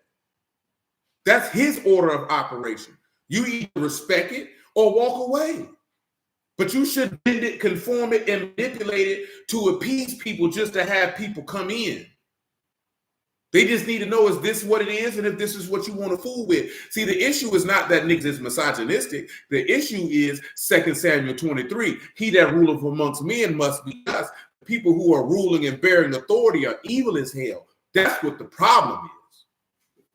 Because nowhere in the text is it even stated for a man to rule over a woman or anyone with rigor, disrespect, or oppression, or anything of the sort. It's not even alluded to.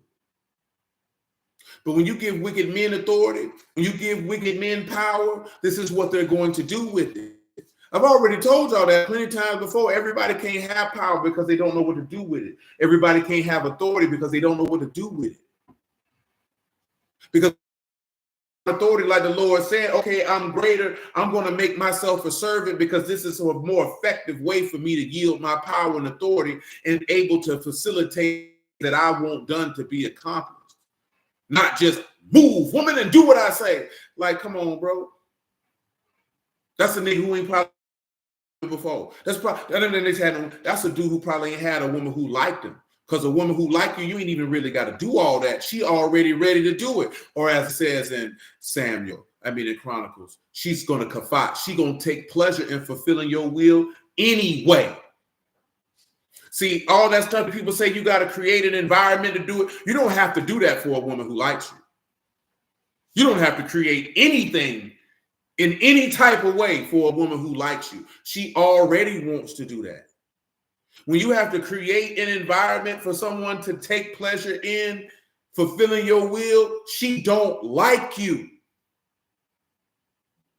Which is why most people don't want to fulfill will, because they don't like him. Because everybody who loves Yahuwah delights in fulfilling his will. And I ain't talking about no Saturdays and not eating pork neither, man. A man who loves Yahuwah he gonna delight in loving his wife like the Lord loved us. That's not gonna be no burden to him. Dang, I gotta love this woman today. Well, if that's why did you marry her? Damn, the man told you enjoy the wife of your youth. Now, what that looks like to you and your wife is what that looks like to you and your wife. Because that might not look the same to everybody. You know what I'm talking about?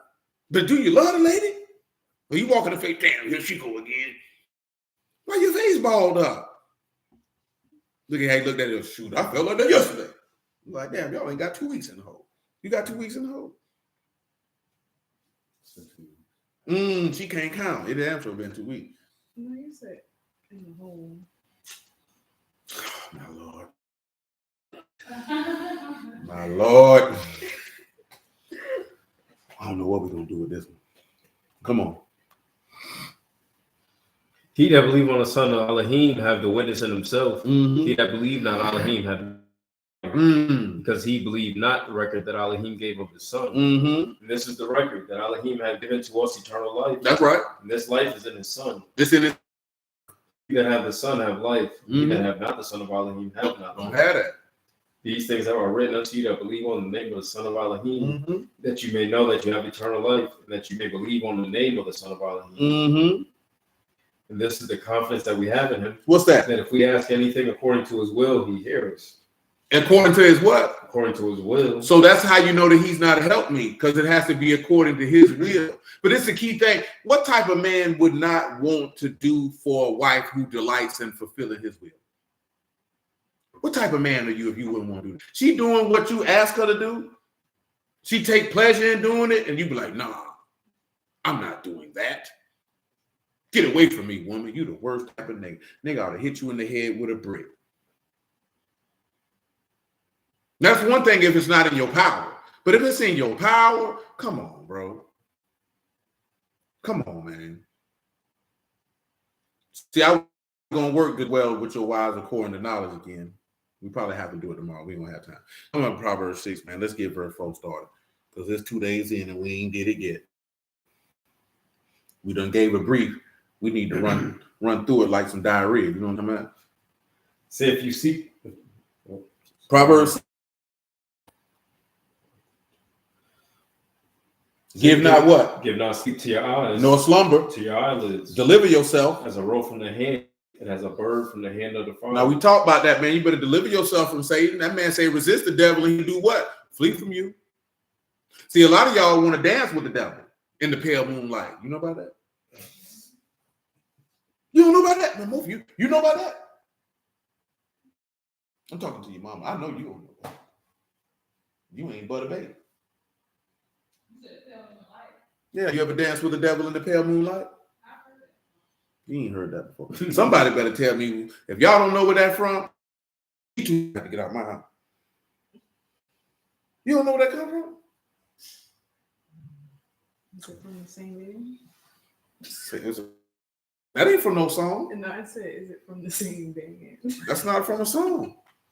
Omar know. I know he know. No, there ain't no song. Is it a poem? That ain't no poem. Herman said, I'm out the house. That come from Batman. The first Batman. Maybe if father was here, he would have. Jack Nicholson Joker. Yeah, that came from Jack Nicholson's Joker. She must have said, I never seen the devil in the blue dress. Sister Kelly said that comes from the devil in the blue dress. I ain't never watched. Hey, that said Denzel watched the movie. Yeah, I ain't never watched that film. If I did, I wasn't paying it no attention. I think you did. I think Yeah, I'll say wait. That's right. Wait till they get a load of me. You know what I'm saying? No, you good yet, die. You young too, so. No, and you know that Joker, he fell into a vat of chemicals, and that's how he became like that. So y'all just know Heath Ledger's Joker. You know what I'm saying? I know the Latino Joker. Is this animated? Like animated? Animated? Man, get the hell out of here. Get this nigga out of my house. Like a cartoon version. No? I said Jack Nicholson. Oh, maybe he was a voiceover. I need to hit this nigga with a bottle. You need, when the Sabbath is over with, you need to go on whatever platform that is. You know, before you got to Batman, what it is, The Dark Knight, you know there were several Batman movies with Michael Keaton. I know that, but I thought you were talking about like comic book stuff. This man listed Like a actual actors. cartoon. I said Jack Nicholson. But he could have been like a voiceover or something like that. My Lord. This movie came out in 1990, I believe. I think I remember. No, you were still swim. You remember the Latino one because that was on the TV show. I wasn't even alive. Yeah. Is that the one he had the bang? Like the. Oh yeah, you. Your granddad did. No, my father. Yeah, you from New York. Y'all like to sit in there and watch that. See, that's New York City, but they call it Gotham. See, I'm old enough to know Superman got paralyzed. Christopher Reeves, he good and gone at this point in his life. He out of here. Yeah, he fell off. He got trained by a horse. Oh yeah. Oh yeah, I knew that. No, No, only because I don't want to say it, but yeah. I don't even want to know what you got going on in that brain of yours. Come on. Listen to verse 6. Say, go to the ant, you sluggard. Go to the ant, you lazy bastard. Consider her wise. Consider her ways and be wise. Listen. Which having no guide, No overseer or ruler. Tell them what God, overseer, and ruler is, man.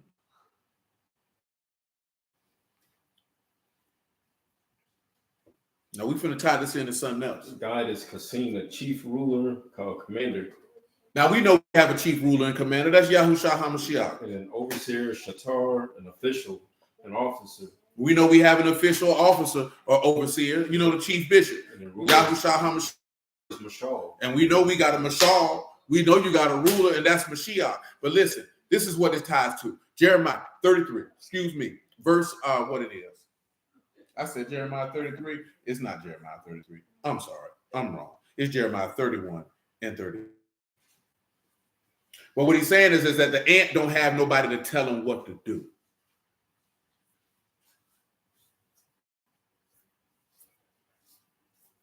Jeremiah 31 and 33. Make it 30. But everyone shall die for his own. Every man that eat the sour grape, his teeth shall be set on edge. Every man gonna die for his what? Own iniquity. You ain't gonna die for nobody else's sins if you're out here sinning. Go ahead. Say, behold, the days come, say, if Yahuwah, That's I will it. make a new covenant with the house of Yahshua. I'm gonna make a new covenant with the house of Yahuwah. Tell them what new is, man. It should be Kadash.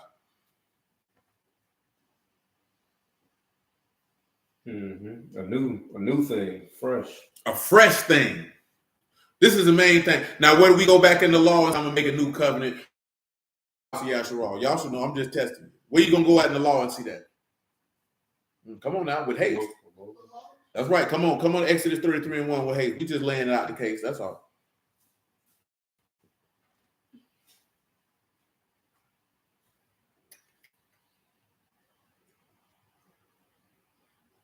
Exodus 33 and 1.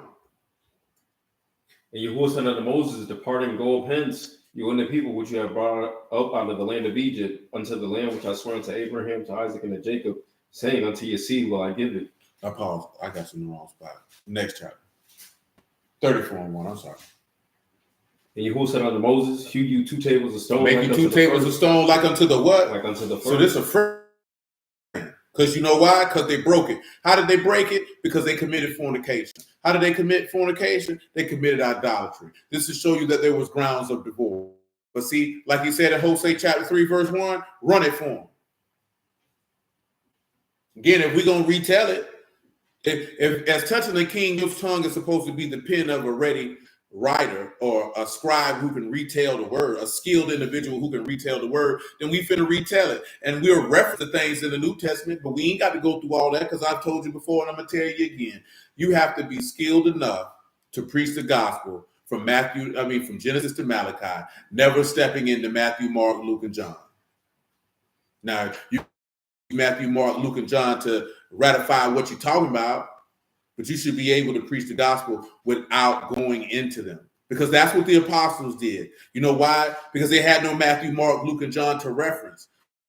So they were preaching the word directly from what it was that they witnessed him do and referencing back to the text to validate that witness that they had. You understand? Until these things were written. That's why people talk about, well, the gospels weren't written. They didn't need them to be written to do the work that they were doing at that time. You know what I'm saying? You can't really always judge things based on your time frame. They're not beholden to your dispensation of time, if you would. Go ahead. Then said Yahuwah unto me, go yet, love a woman beloved of her friend. Go love a woman beloved of her friend. Yet an adulteress. Yet an adulteress. According to the love of Yahuwah toward the children of Yasharah. According to the love of Yahuwah to you hard-headedness. Who look to other gods and love flagons of wine. Listen. When he say Elohim so loved the world, he gave his only begotten son. See, what he laying out a case is for something for the average man is very difficult to do. It's very difficult to love a woman who don't love you. Meaning that she's always looking to another man, the next best thing. This is where her eyes are set on. And he said, I'm going to this manner of love to you in comparison to that. This is why he told Jose, go marry a whore. That's not just telling him to do that just to do that. Because guess what? By means of a whorish woman is a man brought to a piece of bread. And he said, take this. Because Israel was that whorish woman. And it brought Mashiach down to a piece of bread. Because this man loved a whore. Ezekiel 18 can tell you that you hoard yourself under every tree, to every stock and stone. He said, you opened your feet to everyone that passed by, and it was theirs. He said that you give gifts to all your lovers. He said, but they give gifts to all whores. He said, you are contrary. This is what he said about you.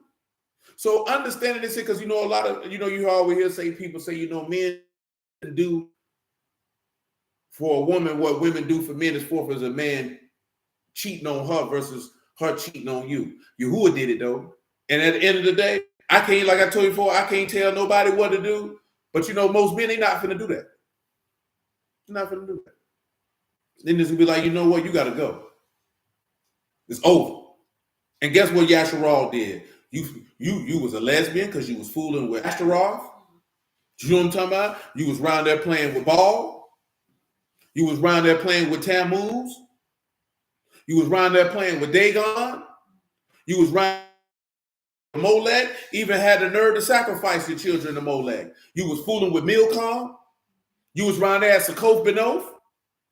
Y'all know on the Succoth Benoth, and you was there. You was in the groves. You was doing all of that. That man say you ain't like her. Read that, Jeremiah. 3:8. So you have to consider that. Man, you know what man of love that is? That man got to have for that. You got to talk about we ain't in no new covenant. That means you a man stupid. I don't think, brother, realize with that covenant being broken, you think just, because we in captivity, and captivity mean exile. It don't necessarily mean you a slave. The brother talking about that earlier, I just didn't get a chance to chime in. Like y'all already know that though. A lot of times when you see that word captivity in Hebrew, it means exile. It don't mean that you just in bondage and you a slave. It mean, but other people gonna have rule over you. But nigga, you can get up and you notice the people got up and left and went back and forth from Babylon like it was nothing. But as a people as a whole, oh no, y'all not coming back around here chilling and hanging out. All your people didn't leave Babylon either. I mean, leave Jerusalem to go to Babylon. Everybody didn't get taken. Go ahead, man. My Lord. They say if a man put wife, and she go from him and become another man's, shall he not return unto her again? Shall not the land be greatly polluted? Should not the land be greatly You polluted? have played the harlot with many lovers. Right, now listen what the man said. That man said, if a man divorces his wife and she go be with another man and come back, you know that happened in America. Man, look here, man. America has got to be one of the most defiled places on the planet for a multitude of reasons. Man, if you divorce your old lady, man, and she go marry another man and you take her back, man, that's defiled. You gonna put her out your house, she marry another dude, you gonna take her back? Man, nigga, you shouldn't want that. What's wrong with you? Now listen what he said. This is what Israel was doing. But you have played the harlot with many lovers. Read 7 again. Listen to him, man. I want you to soak this in regards to the level of love this man got towards his people, man. I said after she had done all these, turn you unto me, but she returned not. She didn't come back. And her treacherous sister Yehuda. He say Israel was around here horn and flowing. Judah saw it and said, I'm a whole more than she did. And I saw one for all the whereby backsliding Yashua committed adultery and had put her away and given her a bill of divorce. Yet her treacherous sister Yehuda feared not, but when it played the harlot also. Played the harlot also. My God, today. Go ahead. And it came to pass through the lightness of her whoredom that she I don't think you read the first thing you read. What verse you read? Down at the 7. Oh, it's after 7. Go ahead.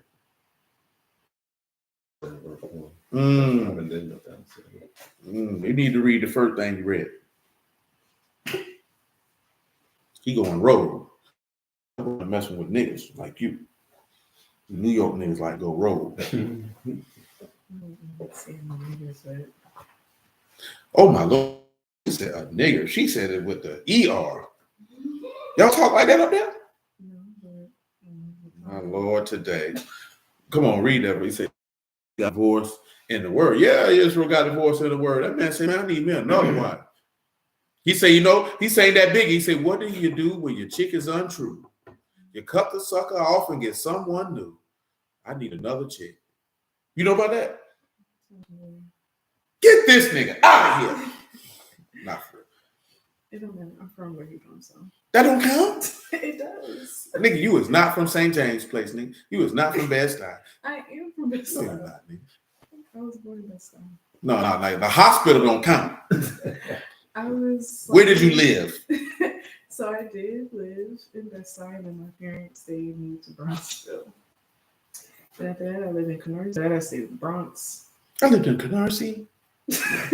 He wasn't in Brownsville, nigga. You wasn't out there with MOP. Bronxville was rough. I remember everything. So you got beat up a few times. No.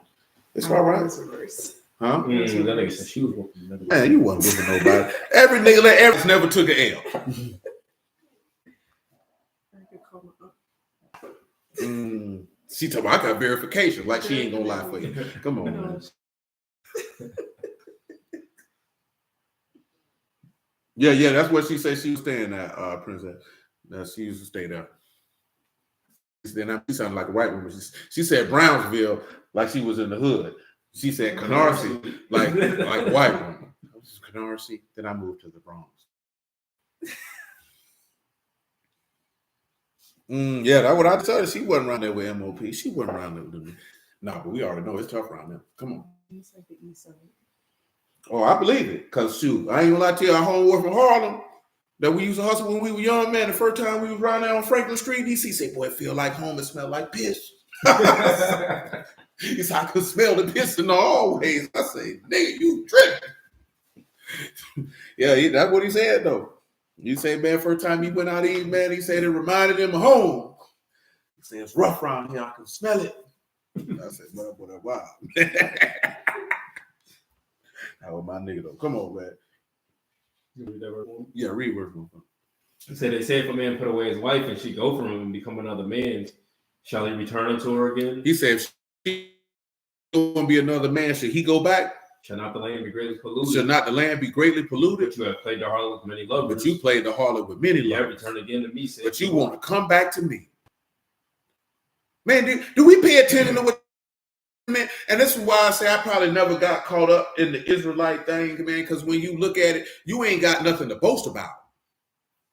You just need to boast in Yahuwah. You don't need to be about being no Israelite. You ain't got nothing to boast about. That man just say, boy, you was a low down, dirty maggot hoe. And he said several places. Man, I told y'all plenty, man, the first time I read Ezekiel 18, man, all I would think about is chicks I actually knew who gave their gifts to all their lovers ain't getting nothing. I knew women who did that. That's what I seen in my mind the first time I read that. I said, dang, that was us. That's cool. That's tough. And this man still fooling with us? We know 2 Samuel 14 say he devised the means to bring his banished back. Do you realize you don't deserve to be this man? You don't deserve to be this man's wife. And this man set up a plan, plot, a scheme of ransom and redemption, made himself a pledge to purchase you back, made himself poor so you could be partaker in his durable riches. And you don't have enough common courtesy to be his helpmeet and make your life a living sacrifice and delight in the things that he delight in, you ought to go to hell. Because you're a horrible woman. You ain't fit to be a wife. You weren't fit to be a wife from the jump, and you're going to come back and be the same type of wife you were the first time? And think you can just scream because your husband is great? So that justifies that? Nah, cuz. Nah, man. That's not the play. But when you come back to me, come as you are. And there, that's the problem. He said, wash you, be you clean. That's what they tell you, come as you are. That man didn't say come as you are. He said, come to me clean. He said, you might he said, when I call you, you might be unclean. But when you get to my front door, you better have them took a bath. Because you can't come in my house dirty. This is whole ground. Ain't that what he told him? Take them shoes off your feet and make sure you wash your clothes before you come around here. You seen what he did when you was Yahshua, son of Jehozadak.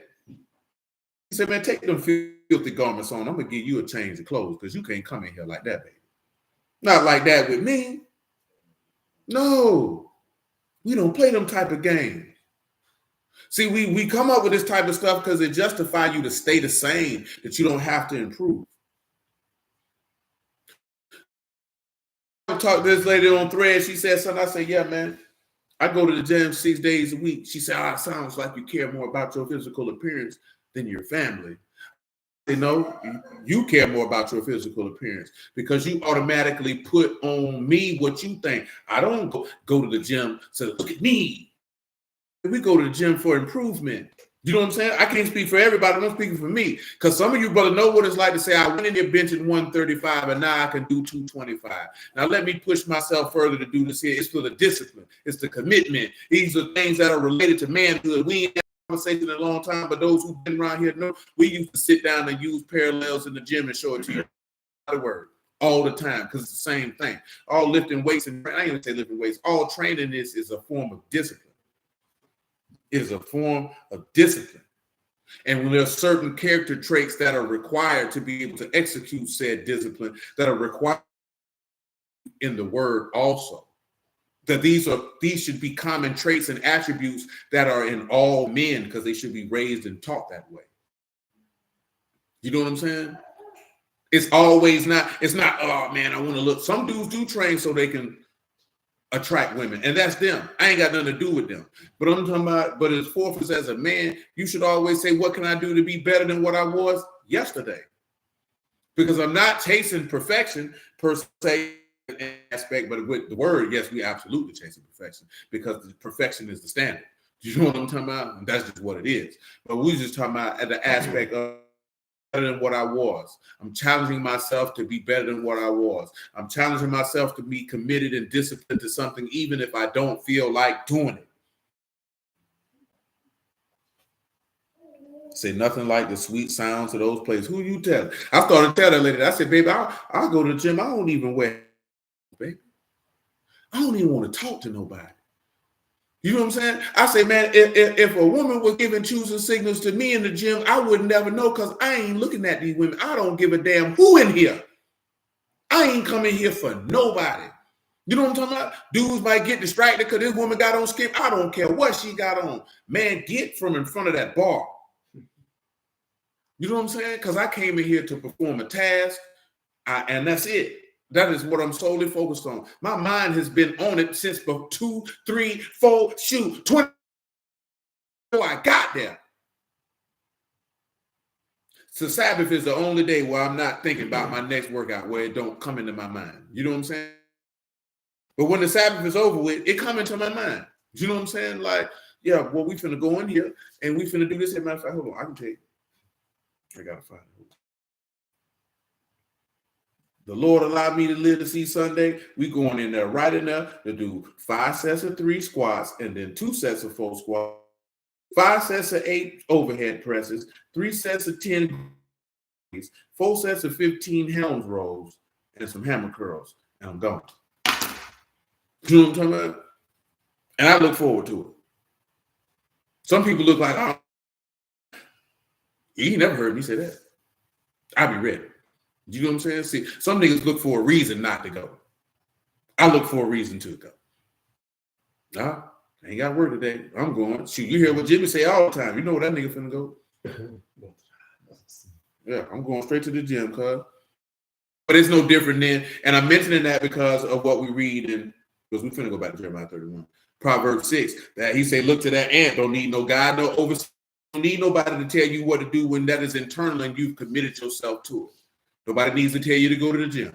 Nobody needs to tell you to go get your hustle on. Nobody needs to tell you not to be an adulterer, be a whoremonger, be a liar, be a thief, be contentious, to be lascivious. Nobody needs to tell you not to do that. Nobody's going to have to tell you to be kind, to operate in justice and equity, to have a just weight and a just balance, to be merciful. Nobody's going to have to tell you that. Now, when you first get in the word, somebody needs to tell you that. But as we were talking about last night, once you receive that anointing, once Mashiach has been preached unto you and you have believed, then that word is dwelling in you. You don't need nobody to tell you what to do because it's in you. It's not on you. You understand? He said, I got nothing to say. Don't let I heard that, man. I ain't mad at you. And that is true, Yedadiah. Unlocking new abilities that you never thought you could do can transform the way that you feel about yourself. And every man should do that. You already know I recommend a gym for every man.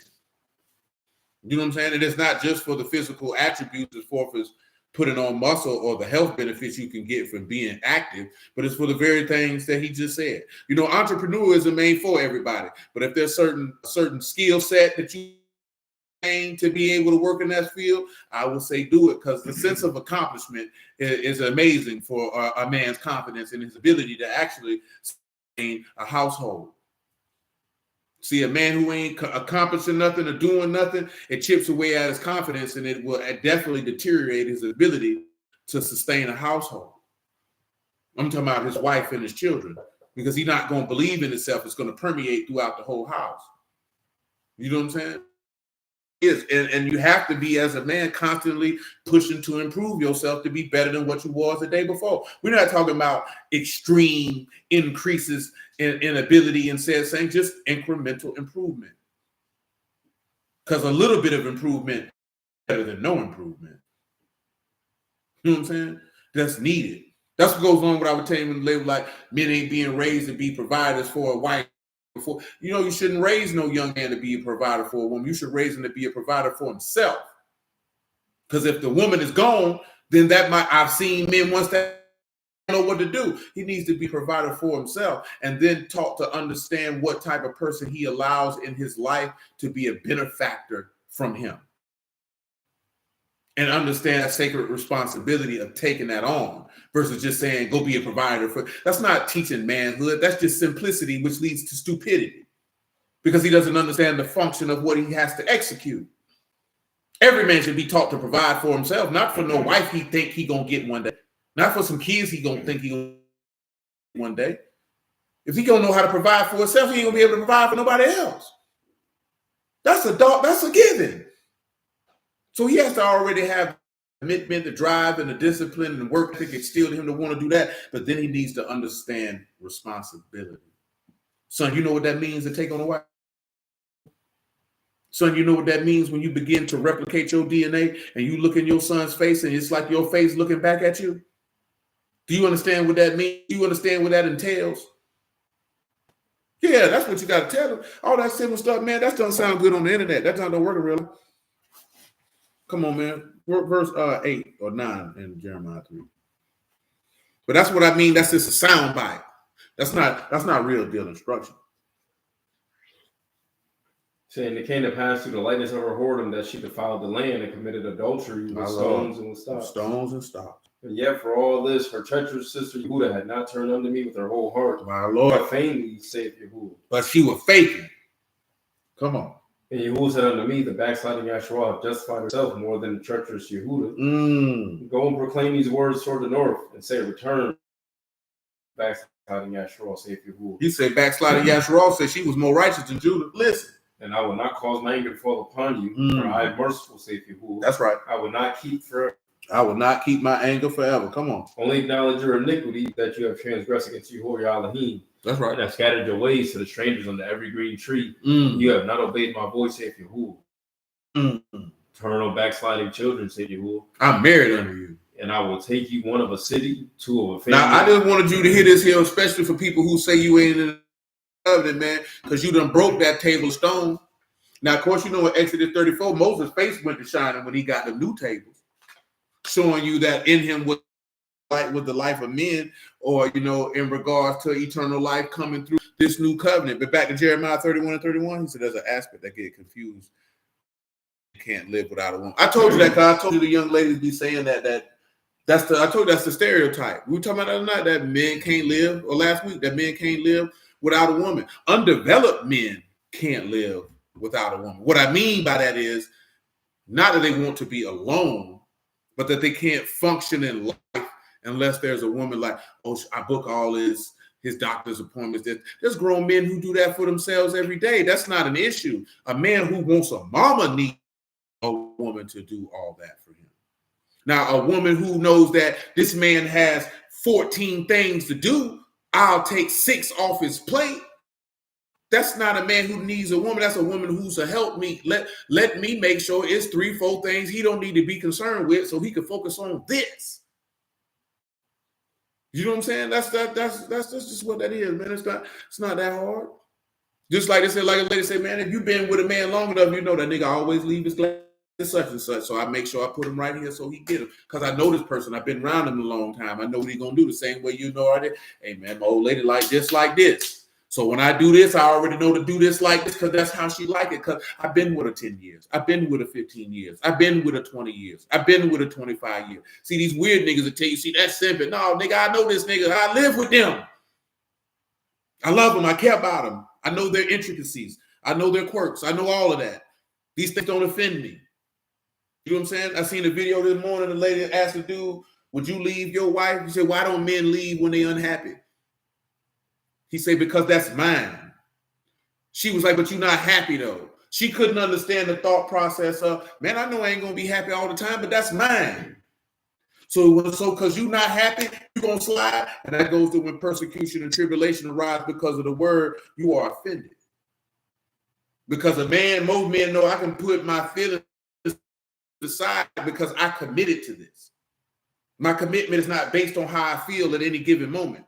You have to realize that with the word, your commitment to Yahuwah can't how you feel at any given moment. Because you just read how this man say you was doing X, Y, Z, and his commitment to you never wavered. And you were out of pocket. We ain't talking about how he felt. You was out of pocket. He was justified in getting rid of you. His commitment never wavered. So you have to realize that no matter what experience in life, what you're dealing with, what's going on, no wicked Israelites you come across, that ain't got nothing to do with your commitment to Yahuwah. See, a lot of y'all, I say y'all, I ain't talking about necessarily people in the house, on the stream, or on Clubhouse. A lot of y'all allow the behavior of wicked people to dictate your commitment to Yahuwah. You can't do that. What does this wicked preacher, teacher, person, or whoever they is, what they got to do to commit to your husband? That's like saying your commitment to your natural husband is dictated by how your homegirl treat her husband. What that got to do with you? If your friend is a dirty dog hole, they ain't got nothing to do with you and your husband. That's her problem. That ain't got nothing to do with me. You have to stop letting the other behavior affect what you committed to. Because that ain't got nothing to do with you. You know what I'm saying? Like straight up and down. That ain't got nothing to do with you. Now, I know that I mentioned that's easier said than done. because I do know that the behavior of other people can spiritually, emotionally, and mentally affect people in a very negative fashion. I'm not just disregarding that. I know it happens. I know it's the reality. I'm just saying this so that we can keep that at the forefront of my mind. That nigga wickedness ain't got nothing to do with what I said I was going to do with him. Which is why I mentioned that earlier when people say, oh, he left the Hebrew community. They make it seem like they leaving the word. Nah, y'all boys sour. I'm not fooling with y'all because I commit to you. I committed to him. So see, I can separate from you and maintain my commitment to him because I don't have to be attached to you for my soul to be saved, but I have to be attached to him. Because I know if you know what's going to happen if I actually focus on being attached to him, I can actually be around godly people and I ain't got to worry about wicked niggas like you. You know what I'm saying? That's the mentality we got to have. Hold on. Say nothing. This is the same mentality I had in being apostolic. When they were doing this, saying that ain't got nothing to do with me. Yeah, indeed. Yeah, that's how it got to be, man. That's how it got to be. It got to be like that. Because if you allow their behavior to take your commitment, you'll walk away from the word. And I know that people do that because people, whether right or wrong, you don't have to agree with it, but people put on Yahuwah the behavior of those who say they represent him. You don't have to agree about it. You don't have to get in no argument with people about it. You just know that people do it. So knowing that people do that, you should make it your business to not have Romans 2 come to pass, Ezekiel 36 to come to pass. The name of Elohim is blasphemed among the Gentiles through you. Don't give this man enemies room to blaspheme. It's simple. That way, if this person really don't want to fool with God, God gonna pull that up out of him and let that be seen. Don't let your behavior be the reason. You know what I'm talking about? Because now you're gonna be guilty of that because you took his name in vain. Come on with it, though, good sir. Jeremiah 31 and 31. Say, behold, the days come, saith Yahuwah, that I'll make a new covenant with the house of Yasharal and with the house of Yehuda. Not according to the covenant that I made with their fathers in the day I took them by the hand to bring them out of the land of Egypt. To my covenant they break. Pause. You see how we read that earlier? That covenant they broke? He said, this covenant that's coming, it's not like what I did with them. And you know why? Because that covenant was the law. This covenant is grace and truth. And he about to tell you this. Matter of fact, read me John 1 and 14, 17 on the hot, man. I'll let you who it is. Is it 17 we need? Say, for the law was given by That's Moses, but grace and truth came by Yahushua HaMashiach. Moses didn't bring grace and truth to you. Moses did not bring Amath and Rakam to you.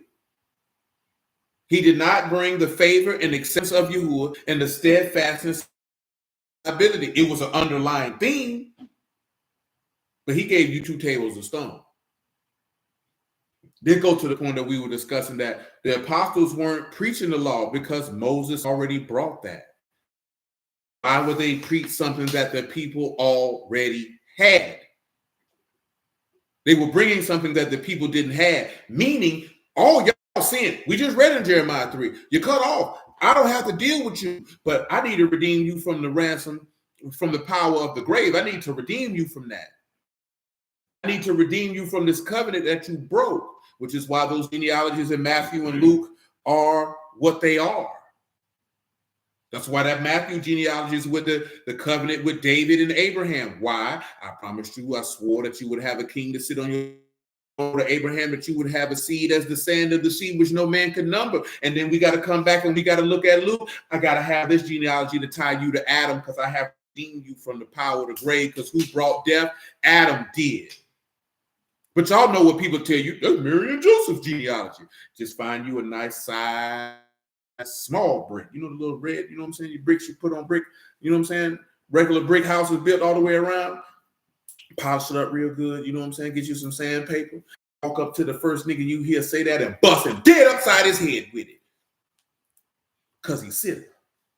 That ain't Mary. Why would Mary and Joseph genealogy be? Why would nobody even ask, why is that important? Why would we need to know their genealogy? It doesn't matter. You know why? Of course, y'all know why. Because Luke's genealogy is Genesis chapter 5. And Matthew's genealogy is in. But nobody knows these things. You know why? Because you just listening to one jackass tell you something. Now we got 2 jackasses.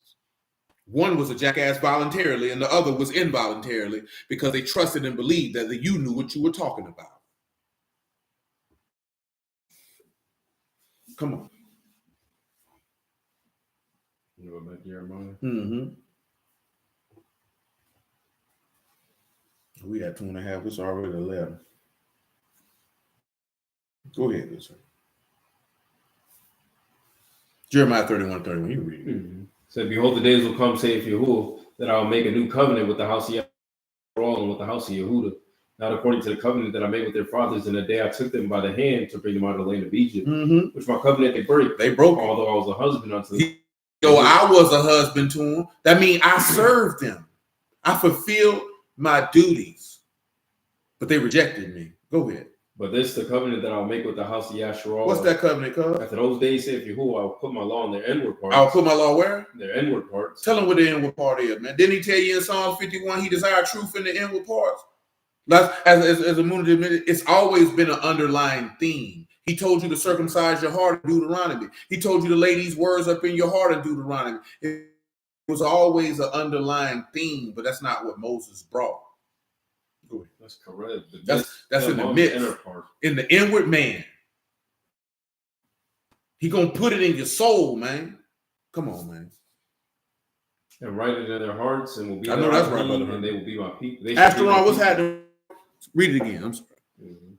So, but this is the covenant that I'll make with the house of Yahshua after those days, saith Yahuwah. I'll put my law in their inward parts and write it in their hearts. I'll write it in their hearts. Be their Elohim, and they be my people.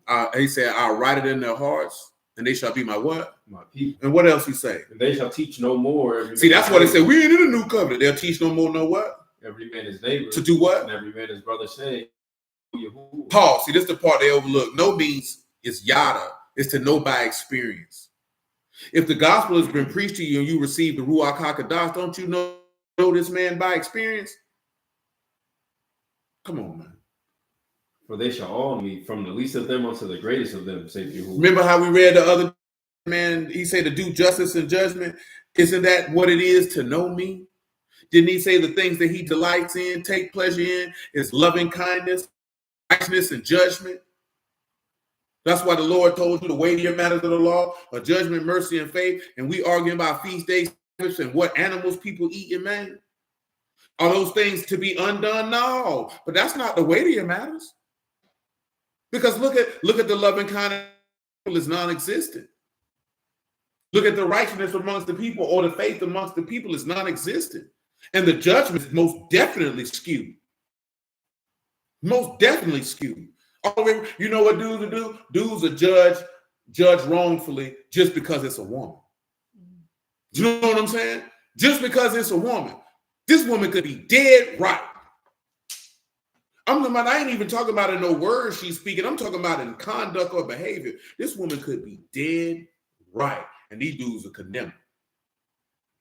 These niggas will listen to a nigga talk about his old lady and don't even say, well, where's she at? Yeah, man, that whole crazy. Yeah, man, she tripping. Now you can sit back and be like, sounds like to me this person on. Now that's different if you know the nigga. Like if say somebody know Doris here in Civic, like yeah, but they know her. Oh yeah, that sounds like something she would do. But if you know somebody, you saying something that don't sound like nothing Doris would do. I think you making that up. You may not say that out loud, but it's in your brain if you know somebody. You know what I'm talking about? Like somebody couldn't come and tell me Doris is outside getting drunk. She don't do that. I ain't never known her to do that. She may have did that at one point in the. I don't. You lying. I'm not just going. Well, that's what these wicked women be doing. Come on, bro. You know this lady, bro. But you know this nigga here like to slap his wife up and this that. And somebody come tell you he did it. Not my. Y'all need to stop slandering and gossiping on people. This woman got a black eye. She walking around with a steak on her face, cuz. She got sunglasses on at night.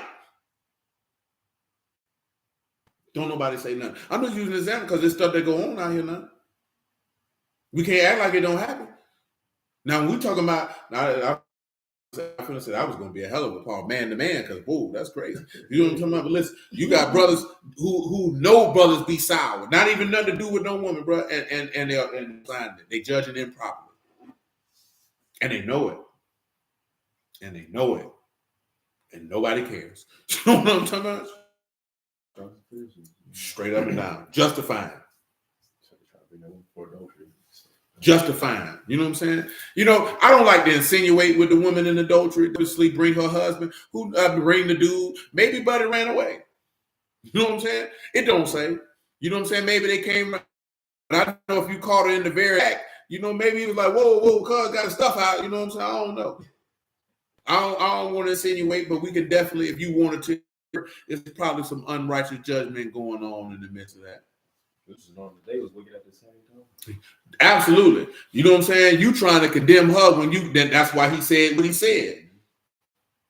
Oh, you want to condemn me, so I condemn her. And he said, okay, let me see something, because I concluded that all you done sin. So if any of y'all ain't got no sin, you here.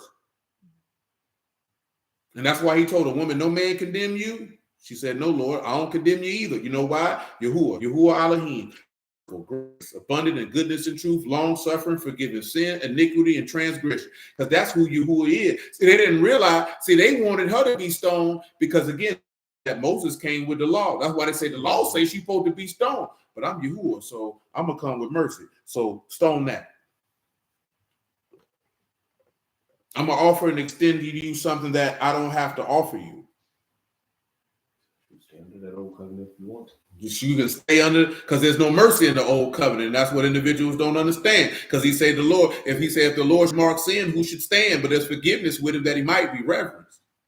If this man was to mark sin, ain't nobody standing, which is why none of them people stood. That's why they left. This is not for you to not to check somebody. This is to show you how you're going to condemn somebody when the same condemnation is on your head. That's why you got to be set free. That's why you got to be set free. And then even when you set free, you're not condemning an individual. You judging between what is right and what is wrong. I ain't got to condemn you. You condemning yourself. See, people feel like you condemning me. Condemning you mean I would have killed you. You know what I'm saying? See, I can't condemn you if the text says, if you are a whoremonger, you should die. And then you happen to be a whoremonger. I didn't condemn you. Your behavior condemns you. Because if I condemned you, I would have put you to death myself. And that's what they tell you when they say that's a condemned man when he on death row. That means they're going to put him to death themselves. When he got sentenced to death, he wasn't condemned until they gave him the sentence. That's how that works. That's how that works. But people think saying something, like I say, man, most people, I remember people say that, all they talking about going to hell. No, that's all you heard. Because we talked about a lot of things, but you want to zero in on that one part because you going to hell. I ain't got nothing to do with what you're doing. I don't know what you're doing. My name is not Inspector Gadget, Matlock. You know what I'm talking about? I do not take on journeys to figure out what none of y'all are doing. But guess who knows what you're doing? Whose eyes are bigger than the skies, and whose light is brighter than anything you can imagine. He know what you're doing. And I've been to tell you, don't try to hide no sin from me, because I ain't going to look for it. But shoot, the man you say you serve, he see what you're doing. You can't hide from him. That's what a lot of people do. If I hide it from the preacher, then yeah, I'll be good. No, don't hide it from me, baby, because I ain't looking. I ain't looking. I promise you what you're doing, and it's going to sound hard. I don't care what you're doing. Meaning, when I say I don't care what you're doing, I don't care enough to be prying into your personal business. I care about your soul. I would prefer that you do right, but I don't care enough to be like, what's this got going on over there? You've been watching them. What you got to tell me? Come on, territory. You know what I'm saying? That's whole nigga territory. That's not no man territory. That's definitely not no godly man territory. And you can't see not a apostle. You can't see the Lord walk around trying to find sin on nobody. He came to them people and told them, he said, which one of you convinced me of a sin? I tell you the truth. Why you don't believe me? What type of nigga walk around looking for sin? You got to be a sick individual to walk around people looking. You're only looking for sin to make yourself feel better about your own sins. Read Proverbs 15 every one time. Boy, he said Uncle Charlie plays spades too, and he saw you throw off. He saw you throw off. He said Uncle Charlie said you was reneging. You a renegger. Ain't that what he said on Roscoe J? You know that? Oh, you ain't know that? He said the eyes of Yahuwah in every place beholding the evil and the good. He see it. I ain't got to look for it. You know what I'm talking about? Because I know that's most people's experience when they go to church, that these people always running to tell the preacher this and tell the preacher that, and then don't run and tell me. You know what I'm talking about? Because if you ain't gonna bring that person with us so we can have a conversation for them to get it right. Matter of fact, what you telling me for? If you saw it, you should have checked it. It should have never came to my desk. You know what I'm saying? That memo should have never came to my desk to check it. You don't need me to check something if you know what's going on. Calling me for. But see, some people, that ain't no shepherd. No, that's a man. Because you can't read that in the text. That's not my job. Intimately involved in everybody's day-to-day activities. Y'all grown. Y'all entered into a covenant with Yahuwah. That's your responsibility to maintain it, not me. If you want to break that covenant, that's between you and the Lord. But best believe, boy, I'm not calling nobody to be like, man, shoot, man, what that nigga doing? I know you got some goods on it, so you can try to hold it over his head later. That's the only thing you're doing it for.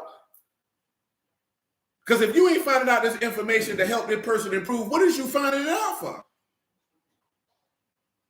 I ain't never lived my life like that. I ain't got that type of energy. You know what I'm saying? I got enough going on with my doggone self to be trying to let me find out what type of sin Civic got going on. I know he got some. Like, yeah, that's crazy.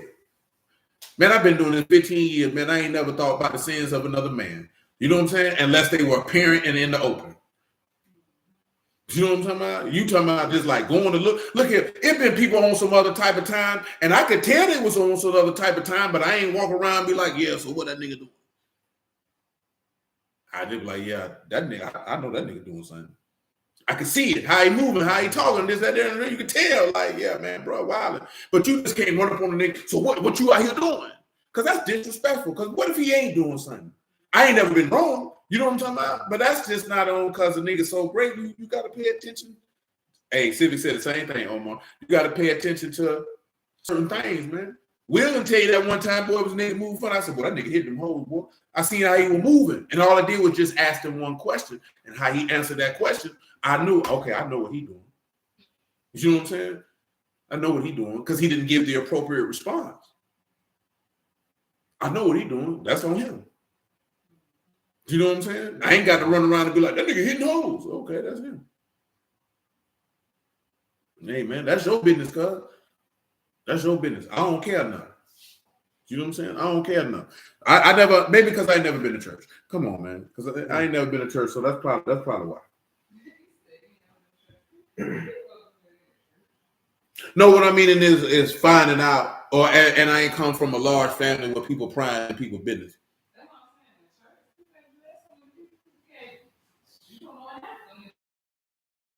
True story, but I'm only going by what's been relayed to me by others. I done heard a lot of people be like, shoot, people telling the preacher on them, you know what I'm saying? People may be in ministry or close to people in ministry snooping and prying people business so that they can use.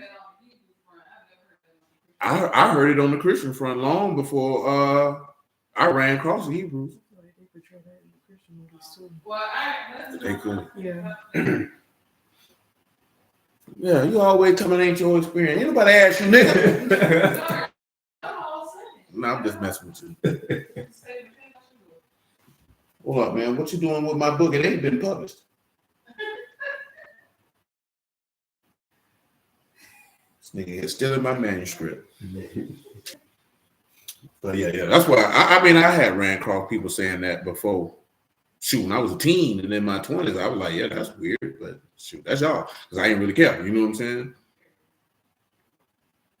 But I guess also because like I seen a lady say, so y'all don't ask your friends about who y'all have sex with? And I'm like, nigga, no. No, she was saying like dudes sleeping with, you find out your homeboy slept with the same woman. Like maybe if he see you with a chick, he gonna say something. But I'm like, dudes don't be like, so who you having sex with? Like I never asked none of my friends about the old ladies. I didn't care.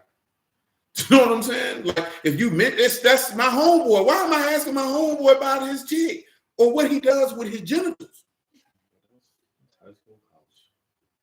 You know what I'm saying? Like, no, I'm wrong. Man, I wasn't on that at 18. You know what I'm talking about? Like, hey, bro. Nobody cares. That's your business. You know what I'm saying? But hey, man, she said, I got told on because I trimmed my hair. My Lord. She was apostolic. CTD, you wasn't apostolic. I heard them apostolic people strict. Y'all were free to do whatever. No, I don't say that. But you don't tell them. Because they taught that couldn't cut their hair. Now I know that I done heard you say, Cody, they wasn't that. Yeah, them apostolic people don't play no games, boy, from what I've been told. Yeah, I feel like because it's quote unquote scripture. Yeah, they tell. Somebody slip up. Oh, you listen to that. Yeah, I done heard. That's what I done heard people who say they went to holiness. Them people they telling. That's actually why. They telling. Ooh, I seen Civic over there to the bar. Civic just walked past. He going home. You know what I'm talking about? He didn't even go in there. He just walked by there. He was in the bar. See, looked like he had a bottle of liquor. Lord have mercy. Come on, so we can get off of here. He said, I know there was one church where nobody could have a red car or wear red because it represented the devil. That's so crazy. That's what, yeah, Moon just said that Kojic is different. You know, everybody says, you know, that's wild. Go ahead, man. Let's get out of here. It's almost 11:30. You finish that Jeremiah? Verse 34. Jeremiah 31:34, because that's what we want. Saying, they shall teach no more every man his neighbor and every man his brother, saying, know Yahuwah, for they shall all know me, from the least of them unto the greatest of them, saith Yahuwah. Here's the key point. Listen to what he said. For I will forgive their iniquity, and I will remember their sin no more. I will forgive their, if we're not in the new covenant, your iniquities ain't been forgiven. He still remember your sins. Because Isaiah 43 say he blot out your sins like a what? Thick cloud. Why do you think he made that cloud come out there, man, to show you he was finna blot them out? So we read all that to see when you see have no guide, no overseer or ruler. When you stop being lazy and open your eyes. Remember he said, arise thou that sleepeth, and Mashiach will give you light. You know what I'm saying? We just read this time about a slumber. See, we're not actually talking about an actual sleep. You understand? See, read Ecclesiastes 5:12. You know what I'm saying? But that's spiritual sleep where you dead in trespasses and sins. He say, awake and look at the ant and be wise and consider. Because remember what we read about being wise is that you fear God.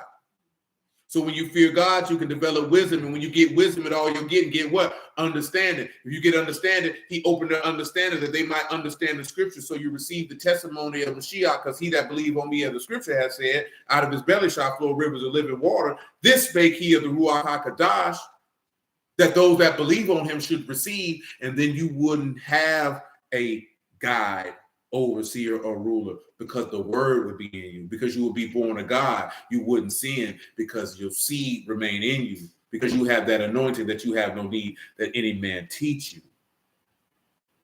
But you can't get that till you actually had the gospel preached to you. You know what I'm saying?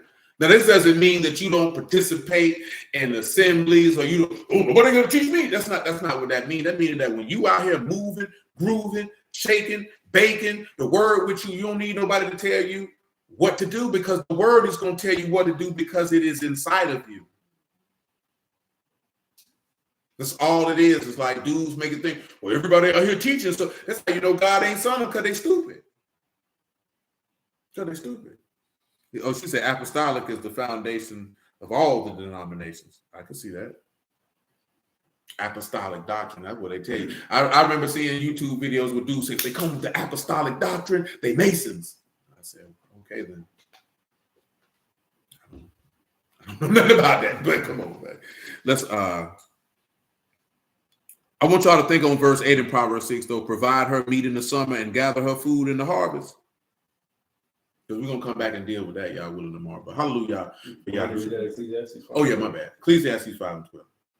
It say the sleep of a laboring man is sweet. Sleep of a laboring man is sweet. Whether he eat little or much, but the abundance of the rich will not suffer him to sleep.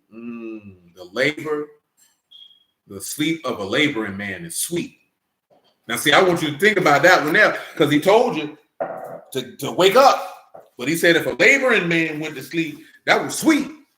We done dealt with that verse before. We're going to come back around the corner with it. But hallelujah for Yahushua and the word, because it's almost 11:30. Ain't no need to go to midnight, and we started at 8:30. I appreciate y'all. I bless out the house of Elohim in the name of Yahushua. I love y'all. Y'all willing, we'll be back tomorrow afternoon at the end of 4 days straight. Yes, sir. So, remember, atonement begins the night of the 28th. So it's service that afternoon and then service that night. So 8:30. I put it in applicable places. So just be advised. So y'all willing, man. Oh, amen, Brother Herman, man. Yes, sir. Praise you. You know what I'm saying? Baruch, you had to die, man. So y'all willing, man. We'll be back tomorrow. Somewhere between 2:30 and 3 o'clock. Do it one more time. One more time. Let Yahuwah be esteemed. Again, I bless people on my praise Yahuwah, man. Marvin, man. Yahuwah Baruch, Mika. So you know. It's on the other side. It's right. It's right there, bro. She put it right there. So yeah.